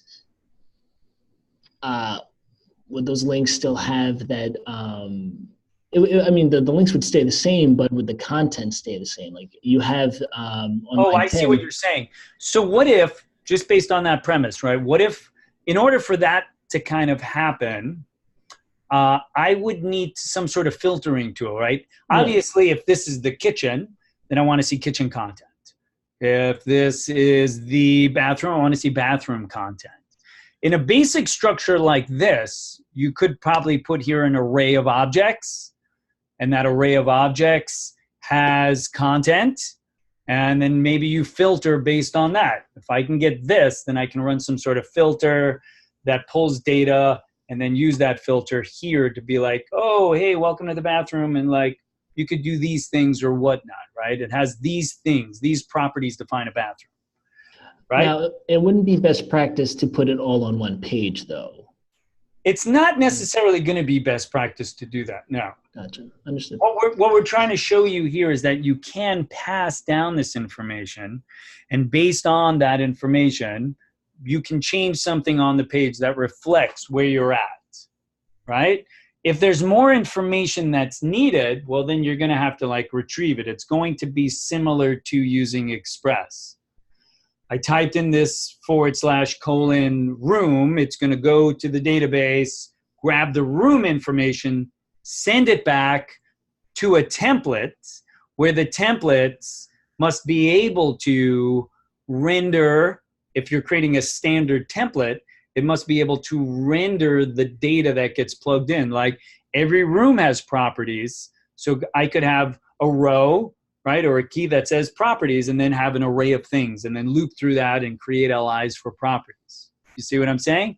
As long as the data structure is identical, then I can create a template here. And this could be used as a template for showing an image of a room, properties of a room, right? There was a carousel because we had additional pictures. You could carousel. You could see at that point in time, it would be useful to have something like that to query the data. And maybe this thing imports data. Maybe we say import, room data from some array of room data.js, right? All the room data is there. And when we get this, I could do something like, once again, this will break because I don't have it. But if I said, let's active room or something, because I already have room down there, is equal to, room data dot filter, right? Where D is equal to room. I'd have to put this on the next line because I'm matching it right there, right? It'd have to be in some construct like that. Not room data, but equal to room, right? Or d dot room name or whatever. And then I would have a whole series of data that's active room. It would be an object probably with key value pairs. And then I'd be able to populate the rest of this thing with all those little unique pieces of data, right? In this instance, I don't have that, and this thing doesn't exist, right? If it did exist, we could pull that data in and then see it here. That's how it could work. Or in this instance, we can make an API call to get the data, right? We could go get the data for the room. It could be returned via fetch call. We could update state, and then this room component would then render the new thing based on the state, right? So there's ways to do this. We're keeping it as simple as possible, right? The idea here is, can you just wrap your head around all the little things that are going on? And there is application to this. I don't want you to think like, the last thing I like is like teaching something where we're like, hey, we're learning this thing, like what's the practical use for it? Like know that there is a practical use case for rounding, right? And if you know that, then we should be able to like, be able to route things, right? Using React. And if we're doing this structure, there is a practical use case for doing that. Is that cool, Rod? Sweet. Most definitely. Awesome, awesome. So, how are we feeling? When did we take a break last? When we took a break, was that like 12 something? Take a quick look here. I'm losing track of time. We took our break at Thought I put the break in there. All right, because I still have a little bit left before you start doing your hands-on. Actually, it's 1:04. So why don't we just push through, because we're going to go to lunch at 1:30, right? 1:30 is lunchtime? All right, so I'm going to push through. All right, so we're able to use the params here. That's kind of where we left off here. Here is the ability to set a parameter and then pass that object all the way down if we want. So I'm filtering it out just based on the one thing, right? But if I go back to the room components here, I'm going to get rid of all of this so that we can clearly see all of the data that's being passed down, this history object as well. Okay. So what if we want to, I'm here, but I want to go back to home. Like, I don't necessarily want the user to click on home. I want them to like be able to kind of go back to home. Okay. So let's enable that.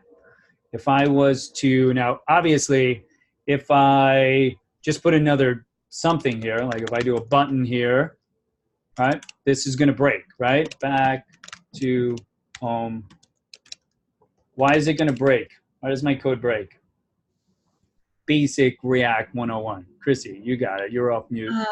Because it has to be contained in the div. It has to be contained in the div, correct?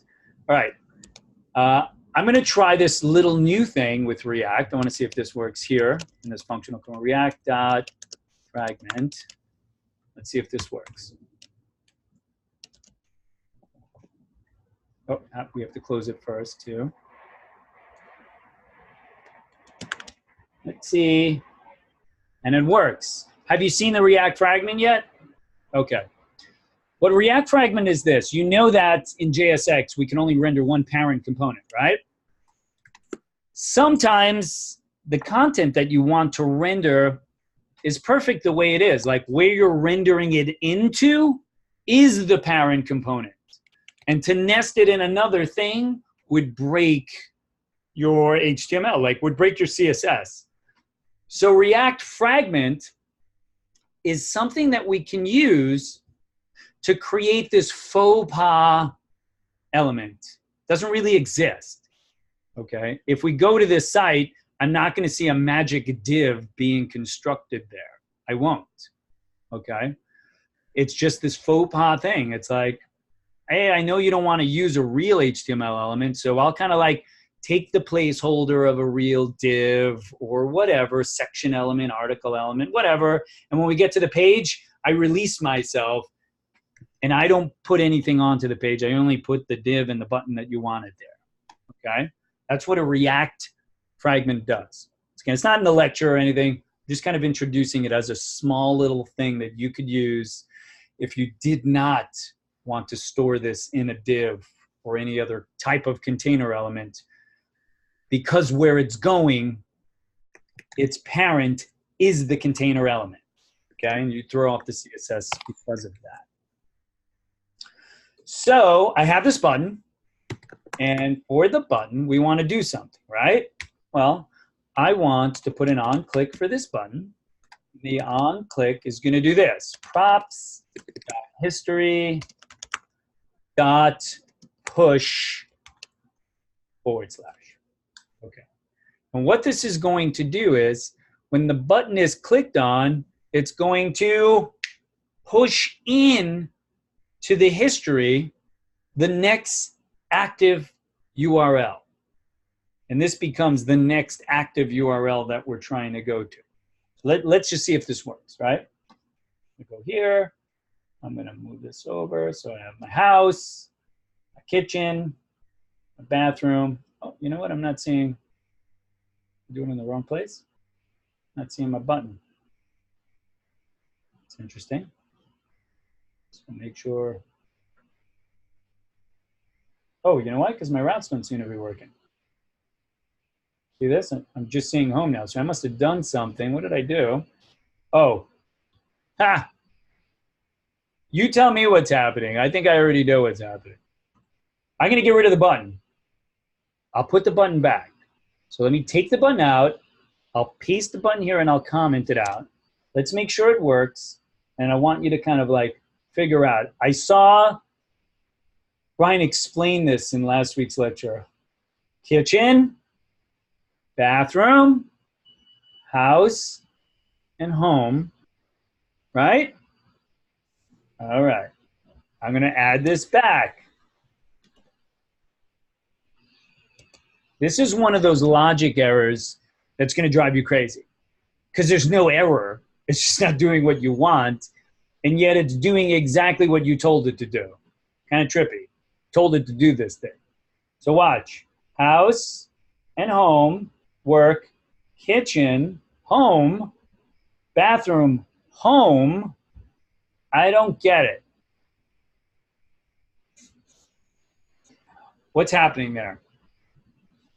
How do you write click events? Like, is that how we write the click event? Where I actually call the execution of the click event method. What's the proper way to rewrite this where the method gets called within something?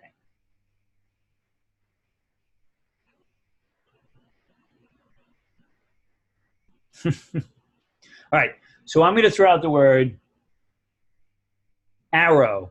What comes to mind? What's the one thing that you know about arrow? Function.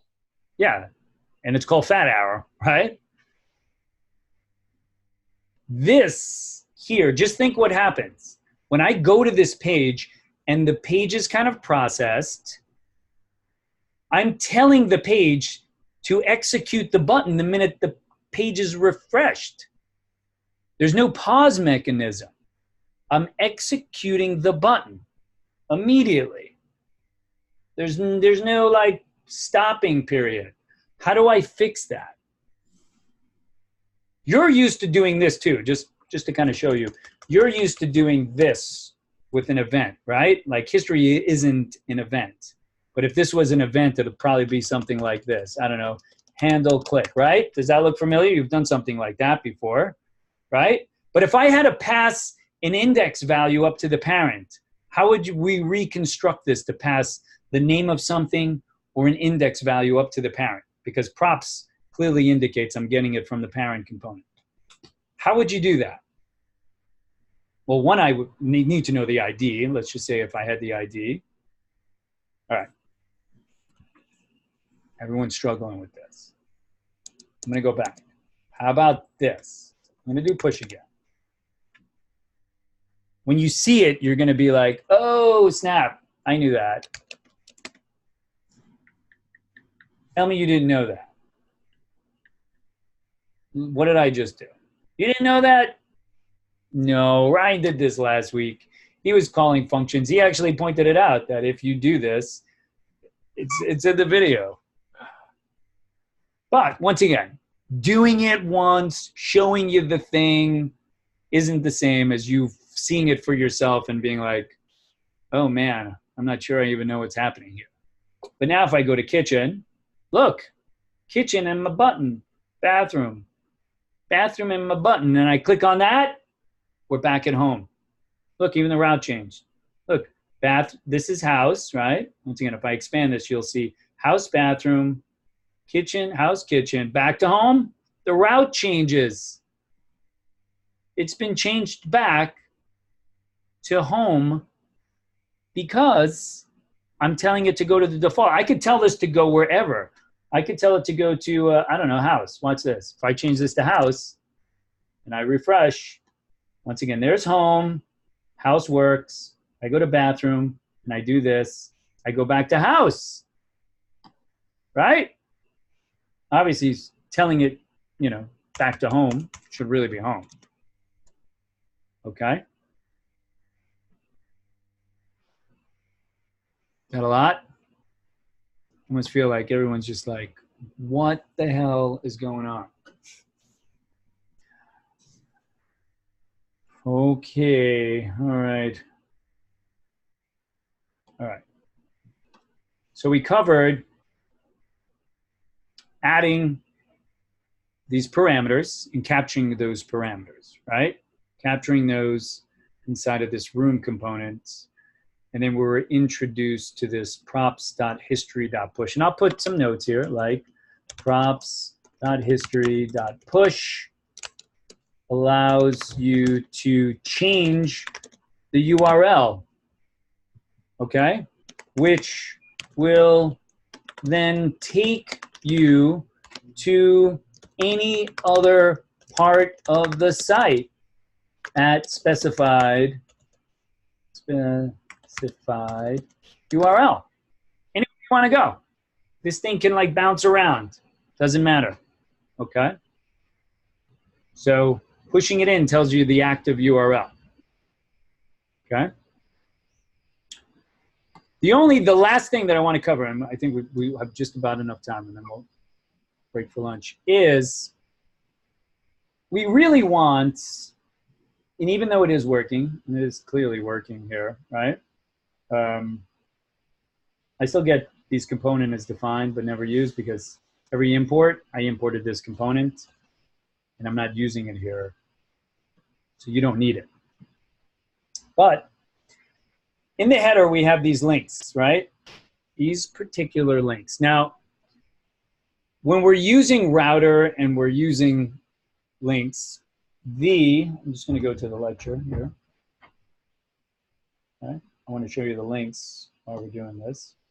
How did I push? Here's linking to the router. Okay. The link component, right? So we've used router, we've used route, and then we've used this props, okay? Another way to force the redirect based on an anchor tag is to use a link component. And we're almost already doing this. Like it already works. I don't really see, I almost feel like from the functionality we don't need it. But the link component is rendered as an anchor tag, okay? Let's create a new component called header, and we'll give it this pseudo. So what we want to do is give React full control of everything, and we need components to do that, okay? So if we see here that this, what did we remove here and replace it with what? What does it visually look like was removed? The anchor? The anchor tags. Yeah, anchor tags have been removed. Anchor tags are now going to be replaced with link tags. And so link tags will allow us to control this routing even further, okay? So in order for that, I have to go to header and do import link from React router DOM. Okay, and then go here, and I don't need these anchor tags anymore, right? I don't even need the hrefs, right? I need 2. I replace it with this construct. So I'm just gonna copy that and do this. Doop, doop, right? I don't need this here, but I need a closing link tag, okay? Telling me something's broken. What is this? Processing unexpected token, fatal. Oh, because I have 2 little forward slashes, right? Anytime I make a change, I make sure this thing works. I don't like bang them all out and then like, oh my God, what happened? So this 2 is really what we need. So I get rid of this and I say link 2 equals, right? I replace this with link, okay? I'm gonna do this in one fell sweep right here. I will do this also, where we do link 2. Okay. And so this, we really want to have our links controlled by React every step of the way. And so now everything is really still going to work kind of the way we want. Didn't really change. It's just React wants to control those, everything about routing, okay? And so we want to use links. And if we go up here, look, it's an anchor tag. It put an anchor tag there. It's just a way for React to control the routing even more, okay? Even though it worked before, this allows React to control it just that much more, okay? That was a lot of stuff kind of thrown at you. So, stuff that we did learn here is the params, right? So this params right here, how is it accessed in the component? Inside of the room component, how do I gain access to it?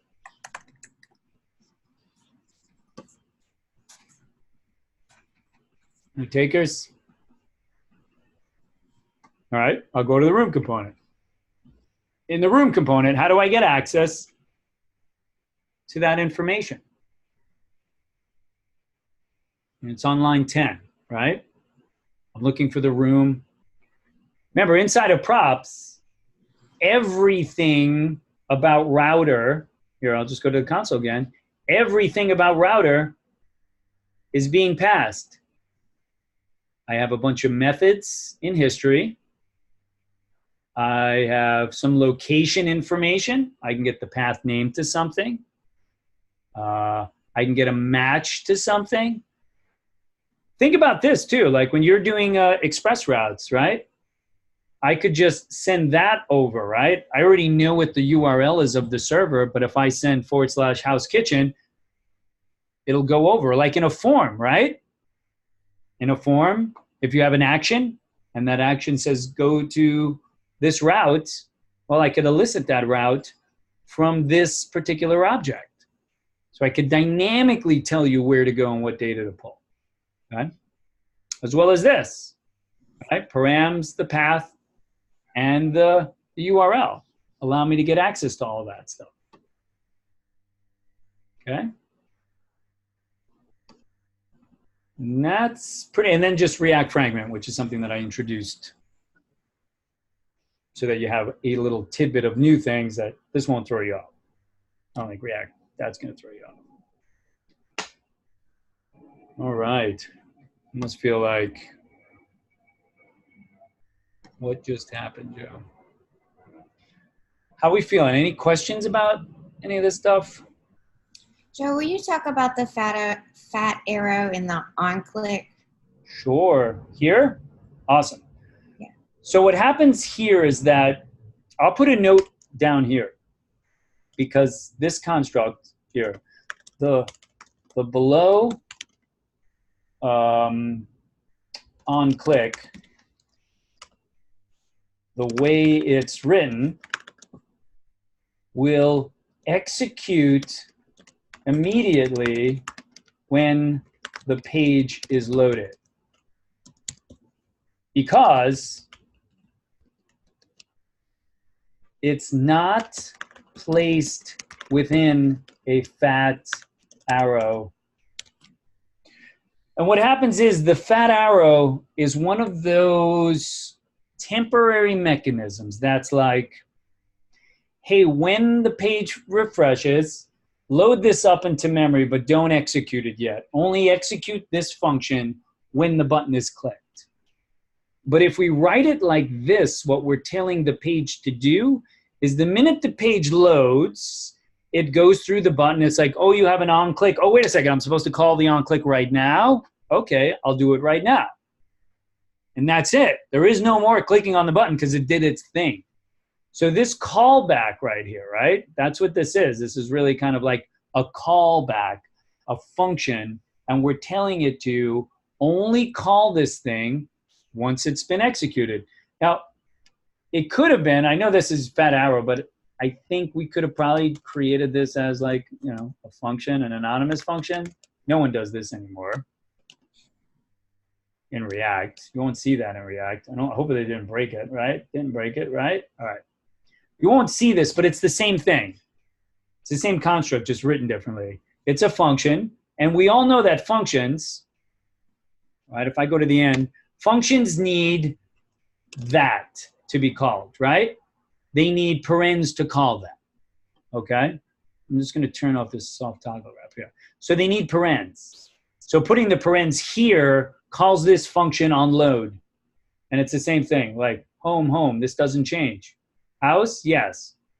Home now and home.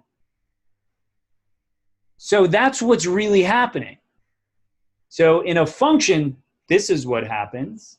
But when we did it just like this, because the function is a function, when we do it like this, it's the same thing because push is a function. We're doing the same thing. We're calling the thing immediately.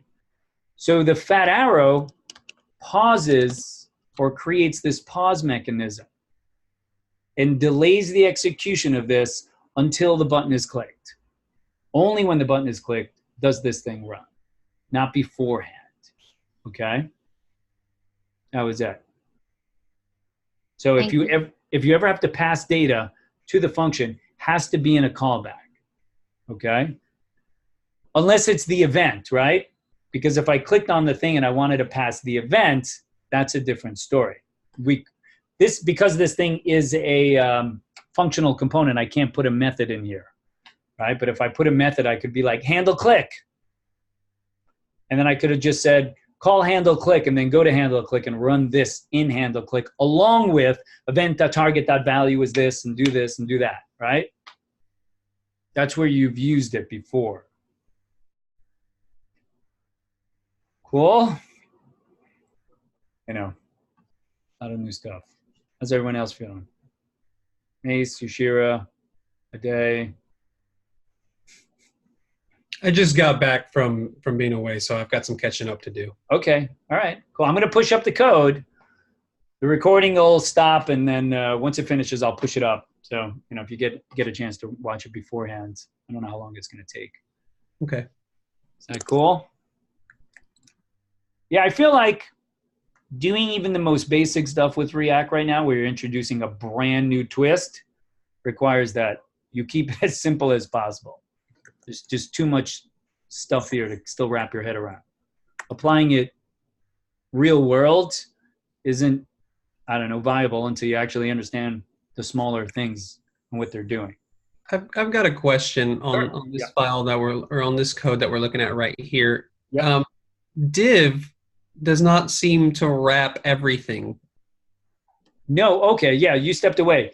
React.fragment is a new, and I'll put it here, that React.fragment is a, I don't know how to spell faux pas, is a fake element, right? And what it deals with, like, people in React were like, but I don't really want to wrap them all up in some parent thing. The way it's structured right now is how I need it to act, because where it's going is perfect. If you put it inside of something else, it breaks all my CSS. Because now it's inside of something else and I can't find the thing. So React Fragment is a new thing in React that allows us to create a faux pas element that doesn't exist on the page. Okay. Okay. I just felt like we could throw this in because this stuff is so basic right now that we're kind of covering just the essentials. I felt like, you know, let's just throw that in. You might find a good use case for React Fragment at some point in time. Okay. Cool. Cool indeed. All right. So let's go to lunch then. You know, it's 1:30. We'll go to lunch. When we come back, we'll pick up where we left off, give you some lab time, get your hands in, and we'll do some other React review stuff. Maybe we'll apply this to the schedule thing that we saw earlier. So we can see maybe a more practical use case of it, okay? Lunchtime. And I'll push this up right now, okay? Cool. So you'll have it. All right, see everybody at 2:30.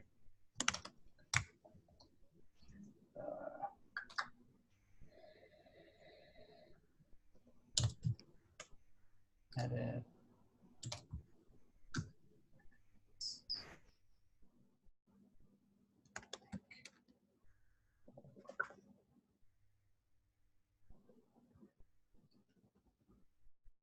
Push.